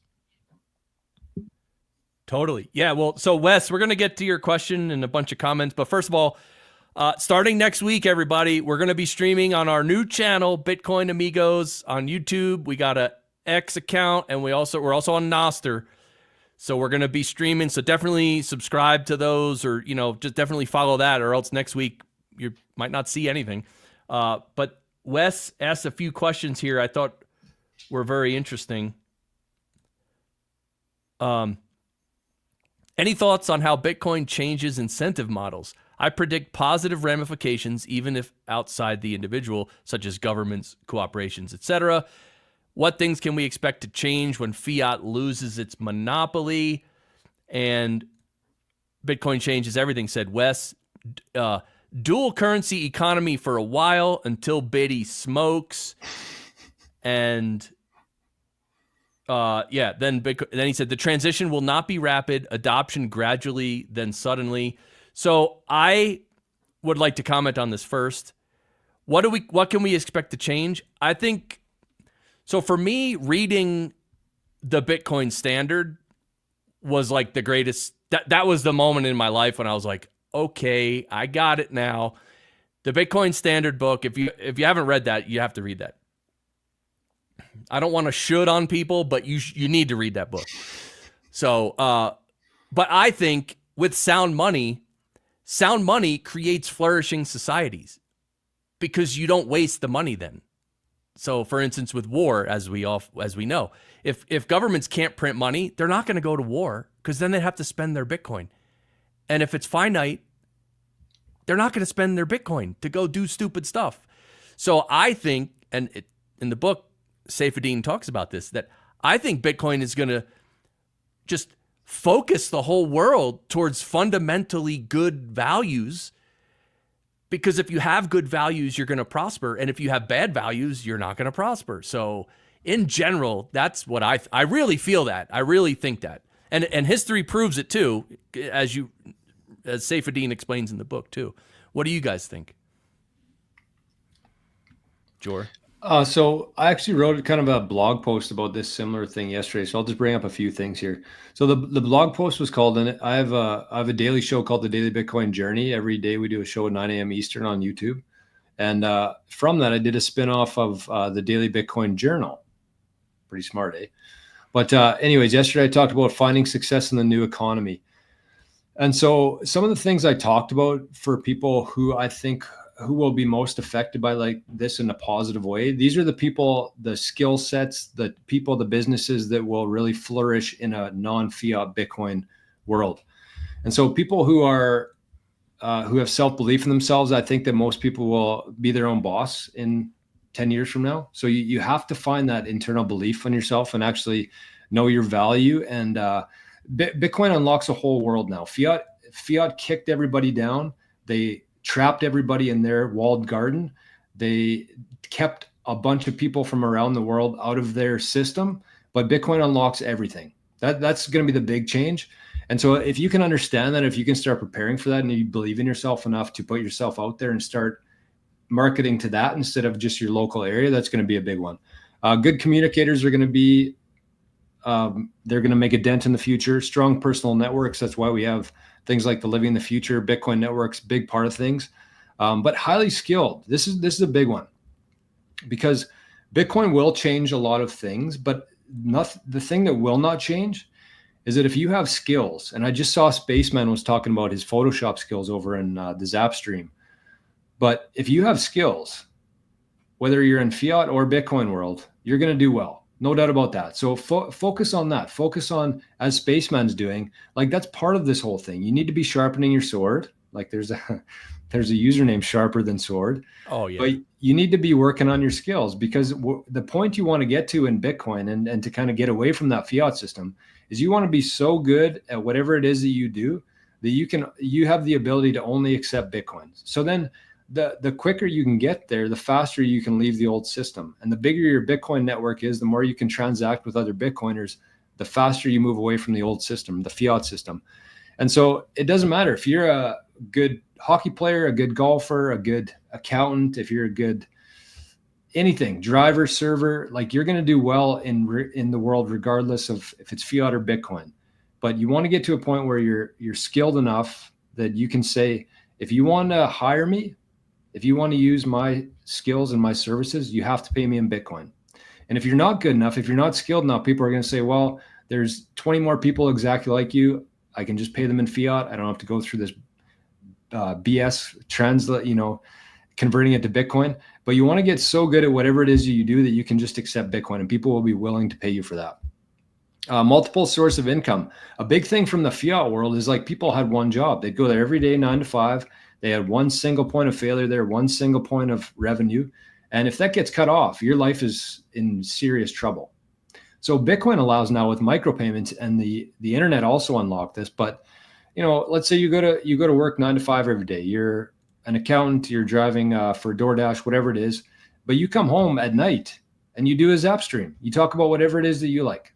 Like it could be anything, literally golf, Dungeons and Dragons. I don't know, anything, but just do like a Zap stream at night. And you want to have as many of those multiple sources of income. That's a big difference in the new system that we're going into, is that if you did a stream on YouTube or something fiat, it's difficult. People have to enter their credit card information. They have to sign up for an account. Whereas with Bitcoin and this new system that we're going into, they can send you 100 sats. They can send you 200 sats. And there could be 20 people who do it. And it might not seem like much at the time, but that stuff accrues over time, right? And so the main thing I think that people are really going to realize as we move from fiat into Bitcoin is the difference between real and fake. And I think that there is going to come a time in the not so distant future where you're not going to be able to buy Bitcoin anymore, which is a crazy concept to a lot of people right now. But I really believe that that's coming, and I think it's coming sooner than people realize. And so what I mean by that is if you're trying to get Bitcoin, you have to go about it two ways. Number one, you either have to earn it with your time, your skills, and your value that you provide to the world. You have to earn it, or you have to trade real assets for it. That could be a house. That could be a section of land. That could be a car.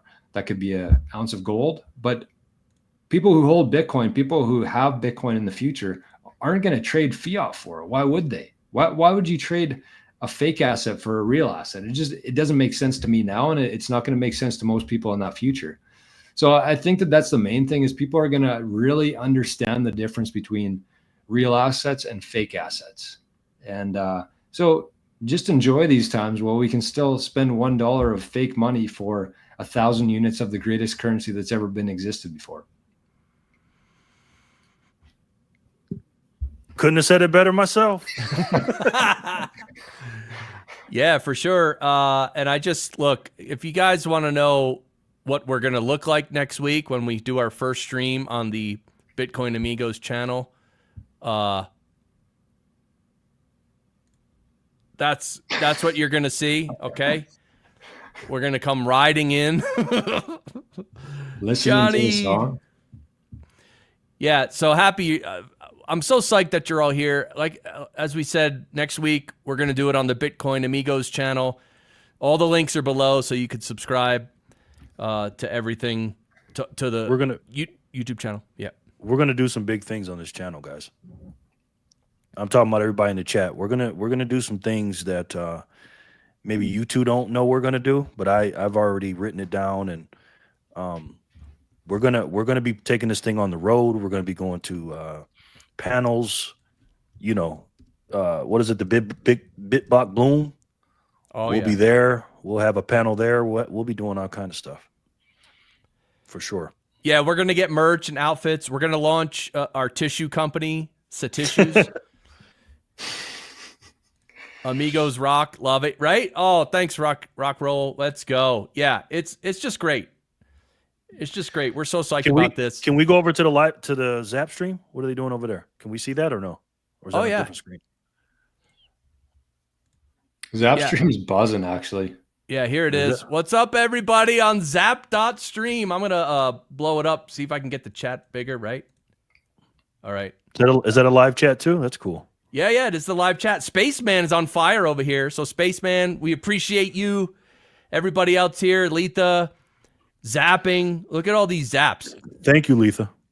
Letha coming in strong with the 2.1K. Oh, wow. Thank you, Letha. Loving it. Letha's a legend. Yeah. We got a couple legends in the chat. Oh, I mean, there's probably everybody watching this is a legend in their own way. And if they're here in Bitcoin now, they definitely are. But there's a lot of people from the ones in the chat every morning. I see Daniel. I see Johnny. I see Rock and Roll. He's been with the Bitcoin journey almost from day one, probably from day one, when there was 3 people in the chat. So it's kind of cool to see. One other thing here, just kind of going back to what we were talking about in terms of just appreciating the true value of SATS. And I think I could say this in 100 different ways, but this is one story that actually happened to me this week, like a real life experience, which I love sharing because, you know, I think people resonate more with that.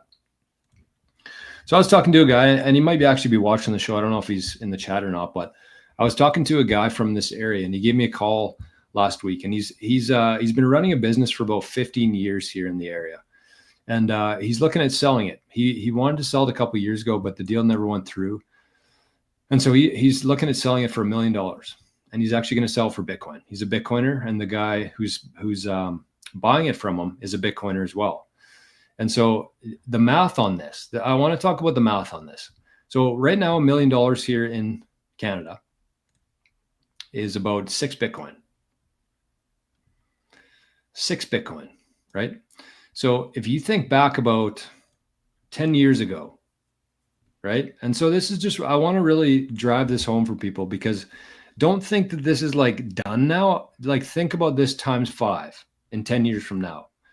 So 10 years ago, you could have logged onto a website and you could have entered in, you could have copied your Bitcoin wallet address. You could have pasted it into the Bitcoin faucet, and you could have made those 6 Bitcoin in a week. I think it was 5 Bitcoin a day. You could have done the Bitcoin faucet. As long as you had a Bitcoin wallet, they were just trying to get it out there for people. So you could have gone onto a website. You could have got 6 Bitcoin just by copy and pasting your Bitcoin address. And I really want everybody to think of that today, just like going on to Fountain, just like going on to Wave Lake, just like going on to ZBD and doing a survey for 500 sats. So just think about that. Something that you could have done 10 years ago for copy and pasting your Bitcoin address and getting 5 Bitcoin now is worth a business, $1 million business. That's like when somebody starts a business, that's like their end goal, right? Is to like become $1 million business. 10 years ago, you could have done that by copy and pasting your address into a website. Today, that's what $1 million business is selling for, 6 Bitcoin. Like, So again, don't think of like you missed the opportunity. Just understand that in 10 years from now, we're going to be looking back to 2024 the exact same way, except again, probably by ×5, because the adoption curve, the S curve, we're just at the very beginning of that. Absolutely. Goes back to what I was talking about with the Satoshis. Absolutely. It's crazy. It's crazy. And mentally, I love the way you did it backwards, because you can do that forwards too. You could say, okay, today a house is worth 6 Bitcoin, but 10 years from now, a house is gonna cost you 0.2 Bitcoin. And it's like that gives good perspective too. But looking back, just as you described, I mean, think about building $1 million business. How much effort that takes, time, dedication, years and years, if not decades. And 10 years ago, you could have copied and pasted a string of letters and numbers and got it. It's the same thing now with the Fold app and the one in Canada, the equivalent of the Fold app, and all these different free things you can get the Satoshis from. It's the exact same thing. ShakePay. ShakePay, you could shake your phone every day for 1,000 sats. What's up, Noha? Good to see you. Thanks for tuning in. NPub is the best way to share Nostr accounts, right? Yeah. Where can I find Bitcoin Amigos? NPub. Yeah, so you'll have to put that in the show notes, Chris, because I tried finding it on Nostr as well, and I couldn't find it just by the search tool. So just share that in the show notes, the NPub for it. Yeah, it actually is. There's a njump.me address. The NPub is at the end of it, but I will also put the NPub in the comments right now. There it is. There's the NPub. We are headed towards 1 sat is 1 penny. Yeah, we talked a lot about this, Rock. We really did. This is great. And I just want to remind everyone real quick that, again, next week, we're going to be on the Bitcoin Amigos channel. That's right. We announced it today. The 3 of us are now the Bitcoin Amigos. We're going to stream every Friday at 4 p.m. Eastern, and we're going to have some people come join us from time to time. We'll see. Like Jerry, you just said, we're going to do a lot, and it's going to be great. The best part, in my opinion, is that we're doing this together as a community, and we're all in this together to build future prosperity. Like that, it's beyond words. It's beyond everything. And so anyway, that's what I love most about it. Look, in 10 years, we're going to be on a beach somewhere having a whole month-long vacation because we're all Bitcoiners from back in the day, and we can just hang out and have fun, but also create art, travel, spend time writing a book. Like that, to me, the best thing about Bitcoin is it's going to allow me to do all my artistic endeavors. I want to write songs. I want to play in a band. Again, I've done a lot of things, but I want to do all that. I don't want to go to a 9-to-5 job. And Bitcoin is literally going to allow me to do that, to spend the remaining part of my life being creative and just enjoying and meditating and developing myself spiritually, developing my character. So this is deep stuff, man. Forever vacation, not 1 month. Yes. What happened? I don't know. Oh, you must have popped out. Oh, you're back. Okay. Yeah, anyway, that was weird. But yeah, all right. So that's it. Bitcoin facilitates creativity, and it's just, we're entering a golden age. I love it. We've been live for an hour, 38 minutes. I want to say something real quick. I want to piggyback off of what George said and what you said. All the stuff that we're talking about, we don't have much time, guys. I want you to know that, right? And I'm going to say this with some urgency, because it is urgent, right? There is a reason why Michael Saylor is buying the way he buys, right? He's the one that coined the phrase, the Bitcoin gold rush. We are in the gold rush, guys. It started in January 11th, 2024. They announced it on January 10th. They approved it on the 10th, and it started January 11th. And what does he mean? Most of you guys know this, but just as a reminder, we are at about 93 point something % mined of Bitcoin. In the year late 2034, early 2035, depends on how fast the mining goes. We're going to be down to the last 1%. We'll be at 99% mined over the next 9+ years, 10 years, something like that. So the next 5.5%, whatever it is, 6%, 5.5%, whatever it is, are going to be mined over the next few years. And I bring that up because we talked about what George has talked about what happened in the past, right? Well, that's going to happen again, but 5 to 10x, but it's only going to happen in a small window. One day we will be on the Bitcoin Satoshi standard. We will. But the reason why I go so hard right now, and we all go so hard right now, because again, we talk about our grandkids and our future, is they're not going to be able to do it. It's completely up to you. Let me say that again. It is completely up to you, and you don't have a lot of time. Don't waste your time, right? Because here's the thing. A lot of people don't understand. I have people that are telling me, well, I'm going to wait till the price goes down, right? Oh, I'm going to wait till this, or I'm going to wait till that. No, right? No. You have got to have the most sense of urgency. I mean, we don't know how long we're going to be doing these videos. Not that long. It's only going to be a few years because it's only going to take a few years to do this. So you got to have the sense of urgency. You got to understand where you're at on the timeline, right? That's the most important thing when you're studying and understanding this, because again, your grandchildren are going to look back and say, "Grandpa, why don't you stack harder? Why didn't you buy more? Why didn't you study more?" Well, I got 1 million Satoshis. Yeah, that's great. That's fine. But, we should have got more. You should be putting everything you can, once you understand it, up to the ability of your studying, into this. It's as simple as that. And I need you guys to understand that this is an urgent thing, and we can only do this one time. This is not a lifetime opportunity. This is not a generational opportunity. This is a species opportunity. It is. It's a once in a species opportunity. And you guys need to understand that. Get it together, get urgent, and get on it. Once in a millennium. Yeah. That's what I like to say. Mostly because it's one of my favorite albums of all time, and you guys can make fun of me all you want for this. One of my favorite albums of all time, Millennium, Backstreet Boys. You are my fire. That's why I love that song. Chris, you got that on the sound? You need that on the soundboard, I think. Oh! Yeah. Well, look, you can't argue with well-produced music and good songs. Like, you just can't. Even if it's pop, if it's the kind of pop music you don't like. Sorry. If the song is strong and the production is good, that's it. So, yeah. Chris gets it. Bro. Yeah, it's about the song. That's why I've been studying songwriting over the past 2 years, but now I kind of not so much anymore. Like, I've been in bands my whole life. I'm a drummer, basically. So I played drums. I can play a little guitar, but I've never been like a songwriter in terms of lyric writing. A couple of years ago, I found a local group of awesome, like 75-year-olds who are like old school Nashville songwriters. And I'm like in heaven. But I tried to write songs. Guys, writing lyrics is like the hardest thing you could try to do.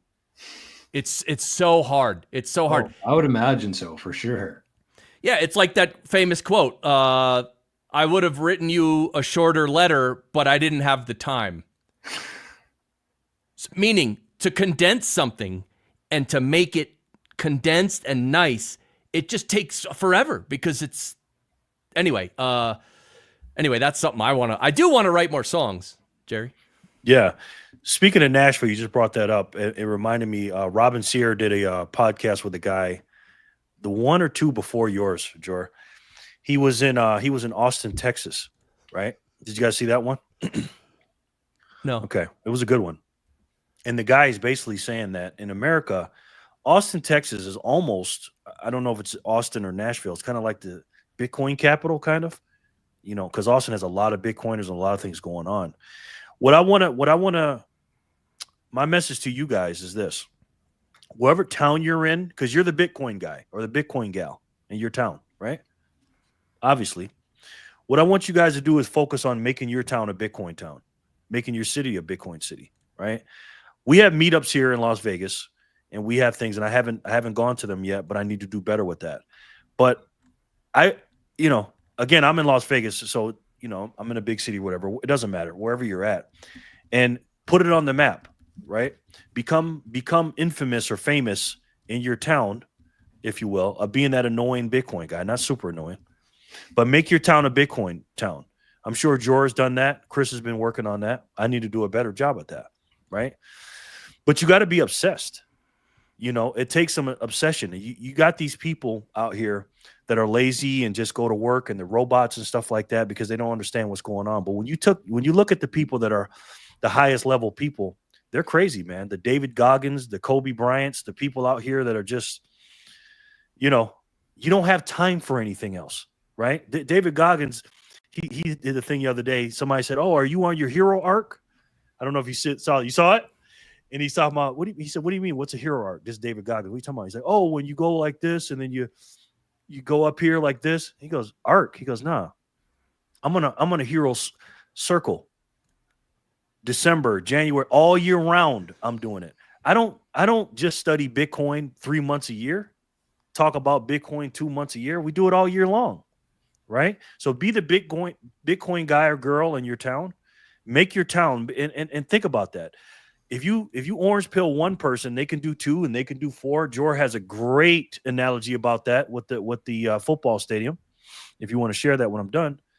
And exponential growth is incredible. It is incredible, especially that story he's going to get ready to tell you.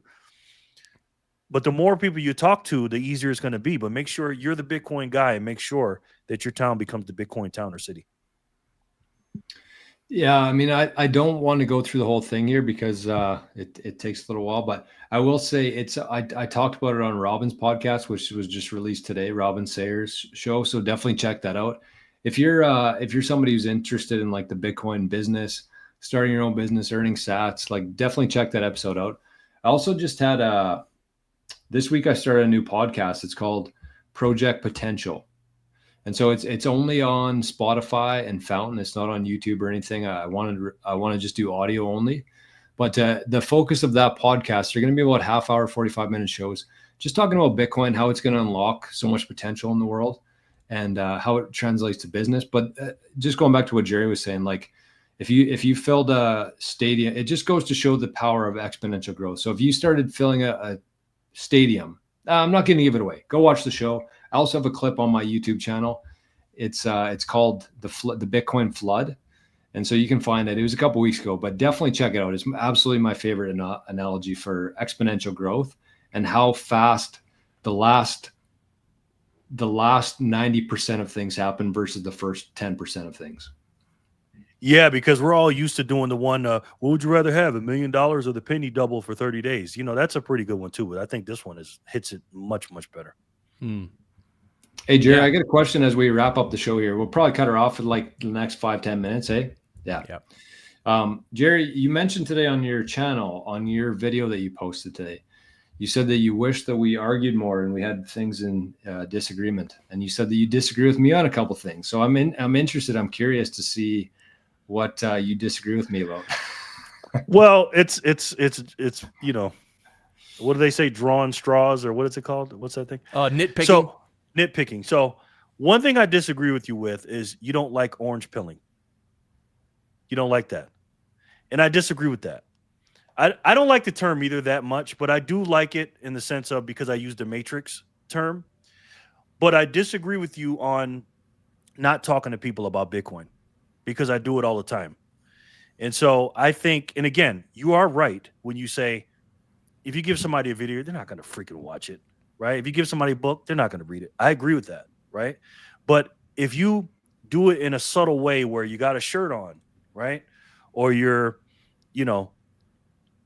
talking about Bitcoin, if somebody overheard you, if you ask somebody what's up with Bitcoin, don't be annoying about it or be a Jehovah's Witness about it.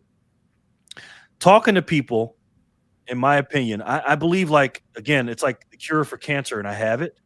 And for me to withhold that information when I know I can help somebody, I just can't do it. It's just my personality. So the reason why I chose to do these driving gigs, most of it is because of Satoshis, but it's a good way to get out there and talk to people. I probably orange pilled probably over 100 people doing it. I failed a lot of people, but I've had people actually, I give them a touch point, and then maybe a year later to come back and ask me questions. So that's one thing I disagree with you. I'll find some more. Don't worry. You know, on the same topic, the way I do it is probably very similar to you, Jerry. Although I might do it less, I'm not sure. But I just do it when I meet someone in public or a new person, or, you know, there's like a bagel place we go to once a week, and, you know, after 10 years you kind of get to know some of the people, and I just talk about it, and I just do it naturally, and I'm not trying to sell anybody anything, and I'm just trying to, like, hey, it's cool, it's awesome, it's a great thing for everybody, and I don't ever tell them to do anything. And so that's just how I do it, because I think if non-Bitcoiners just have some interactions like that, where I'm not trying to convince them of anything, I'm just hanging out, I'm a regular dude talking, and I think the main benefit is for them to hear the word Bitcoin and have either a positive or neutral interaction with someone about Bitcoin. And that's all. That's a seed planted. And then 10 more touches, if it happens 10 more times, they're going to be like, you know what is this Bitcoin thing? All these people are telling me, right? Yeah, that's my thing. When I wear, because again, we don't have a CEO, a CFO, or a marketing department. So that's why I wear these shirts, you know, and I'm a pretty big dude. I'm 6'2", 200 and something.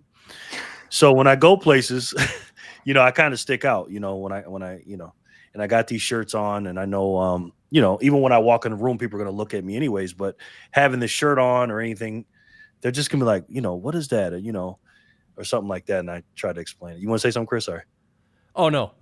Oh, yeah. So, you know, I'm a firm believer in orange pilling. I know you don't like that term. What do you think about that, Jor? What I just said? Yeah. I mean, I agree with everything you guys are saying, right?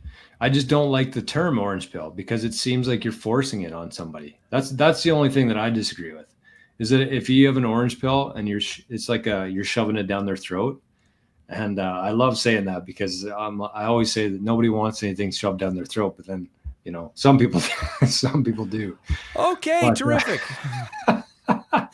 But you led me there, Jerry. Can you tell us Friday, guys? Yeah. But no, I agree. Like, I think that the first the place where people need to start is like with an open mind, and you could talk to somebody till, you know, you're blue in the face about the decentralization, the fixed supply, you know, BlackRock's buying it, Trump's talking about it. But until they actually want to learn it themselves, nothing's going to soak in. So that's why I think that you should. I'm all for wearing shirts. Like, I'm a big supporter. Every time I go through an airport, I got my 21 million shirt on. Like, I believe in that. I think that but somebody has to approach me about it. That's kind of the difference there, right? And so I'm a supporter of it. I believe that it is important. That's why I do a show every day to orange pill people. But I just don't like the term orange pill, because it should be voluntary. Everything in Bitcoin is voluntary. Well, I'm gonna disagree with you. Okay. See, I told you I was gonna find something. Let's go. So this is how I look at it, right? It's all about your perspective. So I get what you're saying about the shoving it down the throat. But again, I look at it from the matrix standpoint, and you got a hand here and a hand here. Can you see my hands? And you say, do you want the orange pill? Yeah, the orange pill or the green pill. That's how I look at it. So it's not about just, you know, doing that. It's about giving them a choice. But again, we have to show them that there's a problem. And how I do it personally, whether they look at the shirts or not, I start talking about prices. You see how much things are going up and stuff like that. And then I slowly introduce them to inflation and what it is and how it's come from. Because again, people are not going to buy Bitcoin and really truly understand it until they understand that there's a problem. Because most people think about Bitcoin as, oh yeah, I want to learn about that. I want to make some money. And I'm like, that's, you know, you want to change the world when you understand that the world's broken. So yeah, it is tough. And I think the one thing that I would just say, like, I agree. And I see Wes in the comments saying the concept of orange pill is voluntary through my understanding. And maybe that is just my perception of it. That might just be my lens that I see it through. But I will say that, like, the most effective, like, I've orange pilled probably honestly, I mean, just from my own, like that I see in my outside of like the YouTube channel, but like hundreds of people in my own life. The 88 SATS project itself, there was probably 80 plus people who bought Bitcoin for the first time to get in on that, fund, right? And so once they have some skin in the game, then they start paying attention, then they start learning things on their own. So I understand that, but I will say that the most effective conversations I've ever had have been when you have time to sit down with somebody for like an hour, 2 hours, and actually like sit there and you relate it to them based on what they do, based on whether they have a business, what they have for savings, what their long-term goals are, what their beliefs are, what their values are. And until you can actually understand that, you can say whatever you want, but it's not going to resonate with them. So you actually have to sit down for a long time. And most people don't have that ability. So the most effective orange pilling I've done has actually been sitting on a couch after a couple beers and people are asking me questions and then I respond to that, but they have to show interest where they want to learn. I think that's the main difference there. So, I mean, we're probably talking the same language. It's just the fine details. Yeah. So Dan, by the way, Jerry's doing this on purpose. He's like, I'm going to disagree with you. Like you know what I mean? Because Jerry, you told me, you're like, oh, we agree on everything. That's not good. We got to start disagreeing. I'm telling you, man, I can finish this dude's sentences. When I'm watching his videos, he's talking and I'm just like, this guy's like my doppelganger. You see, we look just alike. And I'm just like, and people like controversy, right? Like I live in Las Vegas and there's accidents all the time. So if somebody's handing out, doing some donations or something, nobody cares until there's an accident or something bad happens. So that's why I said you got to have a little bit of controversy. Of course. Because we're just, I don't want to be an echo chamber, but I mean, we agree on 99% of the things. So. Yeah. And George, to what you said, having an hour to speak to someone, in my experience, you know what most of that hour is comprised of? Is explaining the terms. Like, or just what is Bitcoin or what is a Satoshi or how do I even buy it? Like, what's an exchange? Like, I didn't ever buy or sell anything on an exchange until Bitcoin. I didn't even know what that was. So it's just like, there's a lot of learning that has to happen. And a lot. Yeah. Yeah. A lot. Like, I know if you've been in Bitcoin for a little while, you listen to a bunch of podcasts, watch a bunch of videos, listen to the Bitcoin Amigos for 2 hours. Like, kind of what's going on here, but like, you have to think back, like when you first started buying Bitcoin and first started learning about Bitcoin, like it's very intimidating. And I really don't have an answer to, in the short term for people. And that's why I think that it is a much longer term approach, the touch points, the people have to be interested because they have to learn things on their own schedule and on their own terms. So I feel like once you get to a certain point in Bitcoin, once you have a certain level of conviction, you just go into it. But it takes a while to get to that point.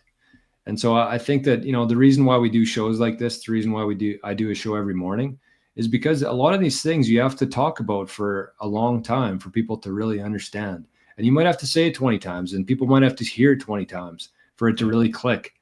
And, thank God for people like Jeff Booth in my life, because I listen to Jeff's interviews 10, 15, 20 times. And I'm like, yeah, this guy's a genius. Like he's much more intelligent than I am. And I kind of understand what he's saying. But until you hear it, say it like 5 or 6 or 10 different ways, like it's going to be one of those things that he says that where it clicks. It's not going to be the first time. It's not going to be the second time. But he's going to eventually get to something that resonates. And that's why I think that if you are somebody out there watching this or listening to this right now, and you have the knowledge and the know-how in Bitcoin, like don't take that for granted. Like just because there's 1,000 Bitcoin channels out there, that doesn't mean that you shouldn't start one, because people learn differently from different people and different, they resonate differently, whether it's age, whether it's race, whether it's male, whether it's female, whatever it is. Like people learn from different people. So there's never going to be one like best educator in Bitcoin. There's going to be a million educators in Bitcoin.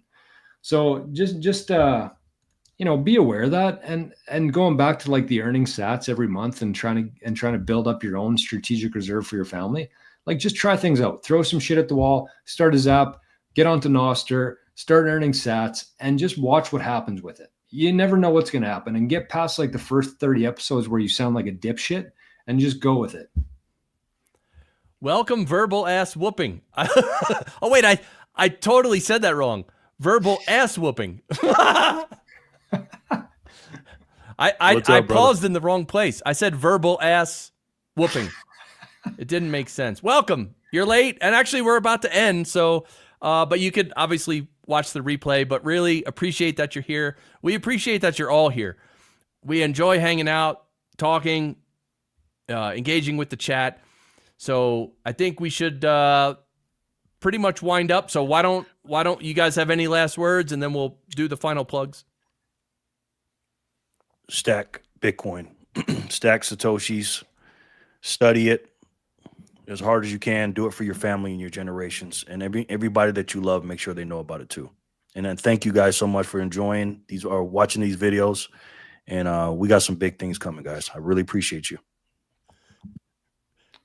Yep, I don't have much. I've said way more than enough for today. So the one thing I'll say is just a couple. I mean, the one thing I really want people to do is get onto Nostr. Jerry, including you. I'm going to go full Matt Odell here and shame you until you get active on there. But I just think it's so important for not only most people, but especially Bitcoiners. I think that there's way too many Bitcoiners who are taking Nostr for granted. And if we don't start using tools like Nostr and Zapstream, they're going to disappear, because if people aren't using them, then the people who are building them are going to stop building them. So just get onto Nostr. Even if you say 1,000 things in the first month and nobody gives a shit, just stick with it. And if you join our community or show up to the show, we're going to start recognizing some faces in here. We're going to start following you. I'm a big fan of like promoting people that I recognize in the chat, reposting them. And I got a decent sized audience on Nostr. So like, just reach out to me, shoot me a DM on Nostr, and I'll repost. I'll give you a zap, and just start. That's what I want to say. Like you're already past the point of like off of zero in terms of Bitcoin, but just get off of zero on Nostr, because I think it is the next thing in Bitcoin. Absolutely. So yeah, guys, definitely in the description below, I have put all the links to our new places. This is our YouTube channel. I was showing you the Nostr account, but definitely on YouTube, Bitcoin Amigos. Subscribe, because next week we're going to stream on that channel, not on Fractal Bitcoin. So next week is really like the launch party. So it should be festive. I know one of you Smoke the Fools. You want to end the show with the Smoke the Fools? Yeah, let's end this one and start the next one with Smoke the Fools. Oh, I love it. The Barry version, of course. And yes. And I know eventually one of you savages is going to buy the big sombreros and send them to us, and then we're going to have to wear them on the stream. Yes. Look. Come on. Imagine Jerry over here. Come on.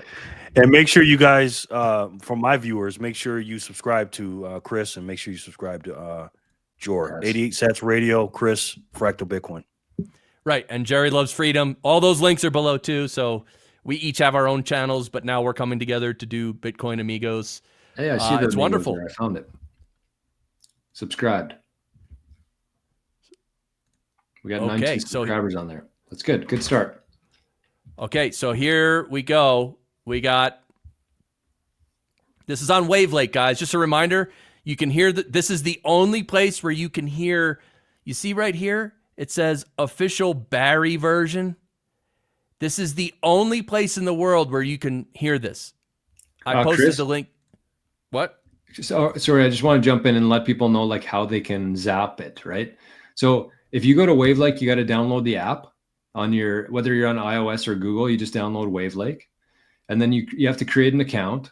And then at the top there, Chris, where the B is there, you have to go into your profile. Yeah, right there. And you can see your wallet there. So you click wallet, and then you can go to, click that, and then you go to fund it. So it'll show up, there you go. So it'll show up a QR code or a Lightning URL. And so you can send like 1,000 sats to it just to fund it. But that's how you have to get sats on your wallet within the Wavelake in order to zap Chris's song here. So you have to do that first before you can zap it. It's a little bit, it takes a couple minutes, but it's very easy to do. And then, yes, as Chris is showing there, that's the zap button there if you want to zap the song.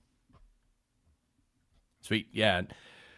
10% of it's going to charity. All right. So we're going to play this on the way out. Yeah, I'll just start playing it, right? Let's go. So we don't know when we're going to see another all-time high, but let's pump it up and smoke the fools. Any last words, guys? That's it. See you next Friday. All right. Fractal Bitcoin shining bright. You guys can hear it, right? Berries Oh, yeah. wisdom every night. He says, yeah, oh yeah, now's the time. Let's go. Where's your sunglasses, Gary? Value on the climb, all-time high, the place to be. Bitcoin price discovery, always fun to buy the top. The moon is our next stop. It's so funny. You're gonna need a couple horses or a couple mules. Bitcoin up in the sky so high. Pump it up, smoke the fools. Johnny Midas! All-time high, the buzz is real. Price discovery that you can feel. Prosperity is Let's see the Trump within our dance, sight. Gary. Fractal Bitcoin lights up the night. You're gonna need a couple horses Yeah, oh yeah. or a couple mules. Thanks, Wes. Bitcoin up in the sky so high. Pump it up, smoke the fools. Peace, Matt. All-time high, the buzz is real. Price discovery that you can feel. I'm so excited for the saxophone coming up. Prosperity is within our sight. Fractal Bitcoin lights up the night. You're gonna need a couple horses Yeah, oh yeah.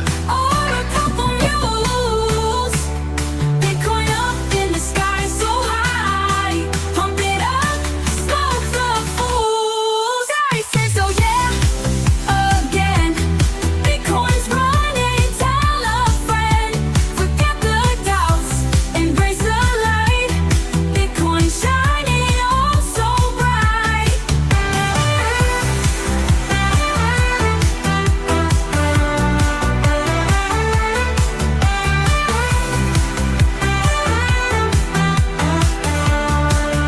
Yeah, oh All-time high, the buzz is real. Price discovery that you can feel. Prosperity is within our sight. Fractal Bitcoin lights up the night. yeah. It's so funny. You're gonna need a couple horses Yeah, oh yeah. or a couple mules. Bitcoin up in the sky so high. Pump it up, smoke the fools. He says, oh yeah, again. Bitcoin's running, tell a friend. Forget the doubts, embrace the light. Bitcoin shining oh so bright. Fractal Bitcoin shining bright. What a tune. Berries wisdom every night. Oh, forget it. Forget the doubts, embrace the light. Bitcoin shining oh so bright. Oh my God. Oh, yeah. That's a hit. Yeah, and I got a suggestion to do some more songs, but like in a much heavier music. And so more songs are coming, guys. More songs are coming. But that's Yeah, it. Great episode. Great We're episode, out. guys. Everybody. All right. See you guys. Thanks, everybody. Bye-bye. See you next week on the Bitcoin Amigos channel.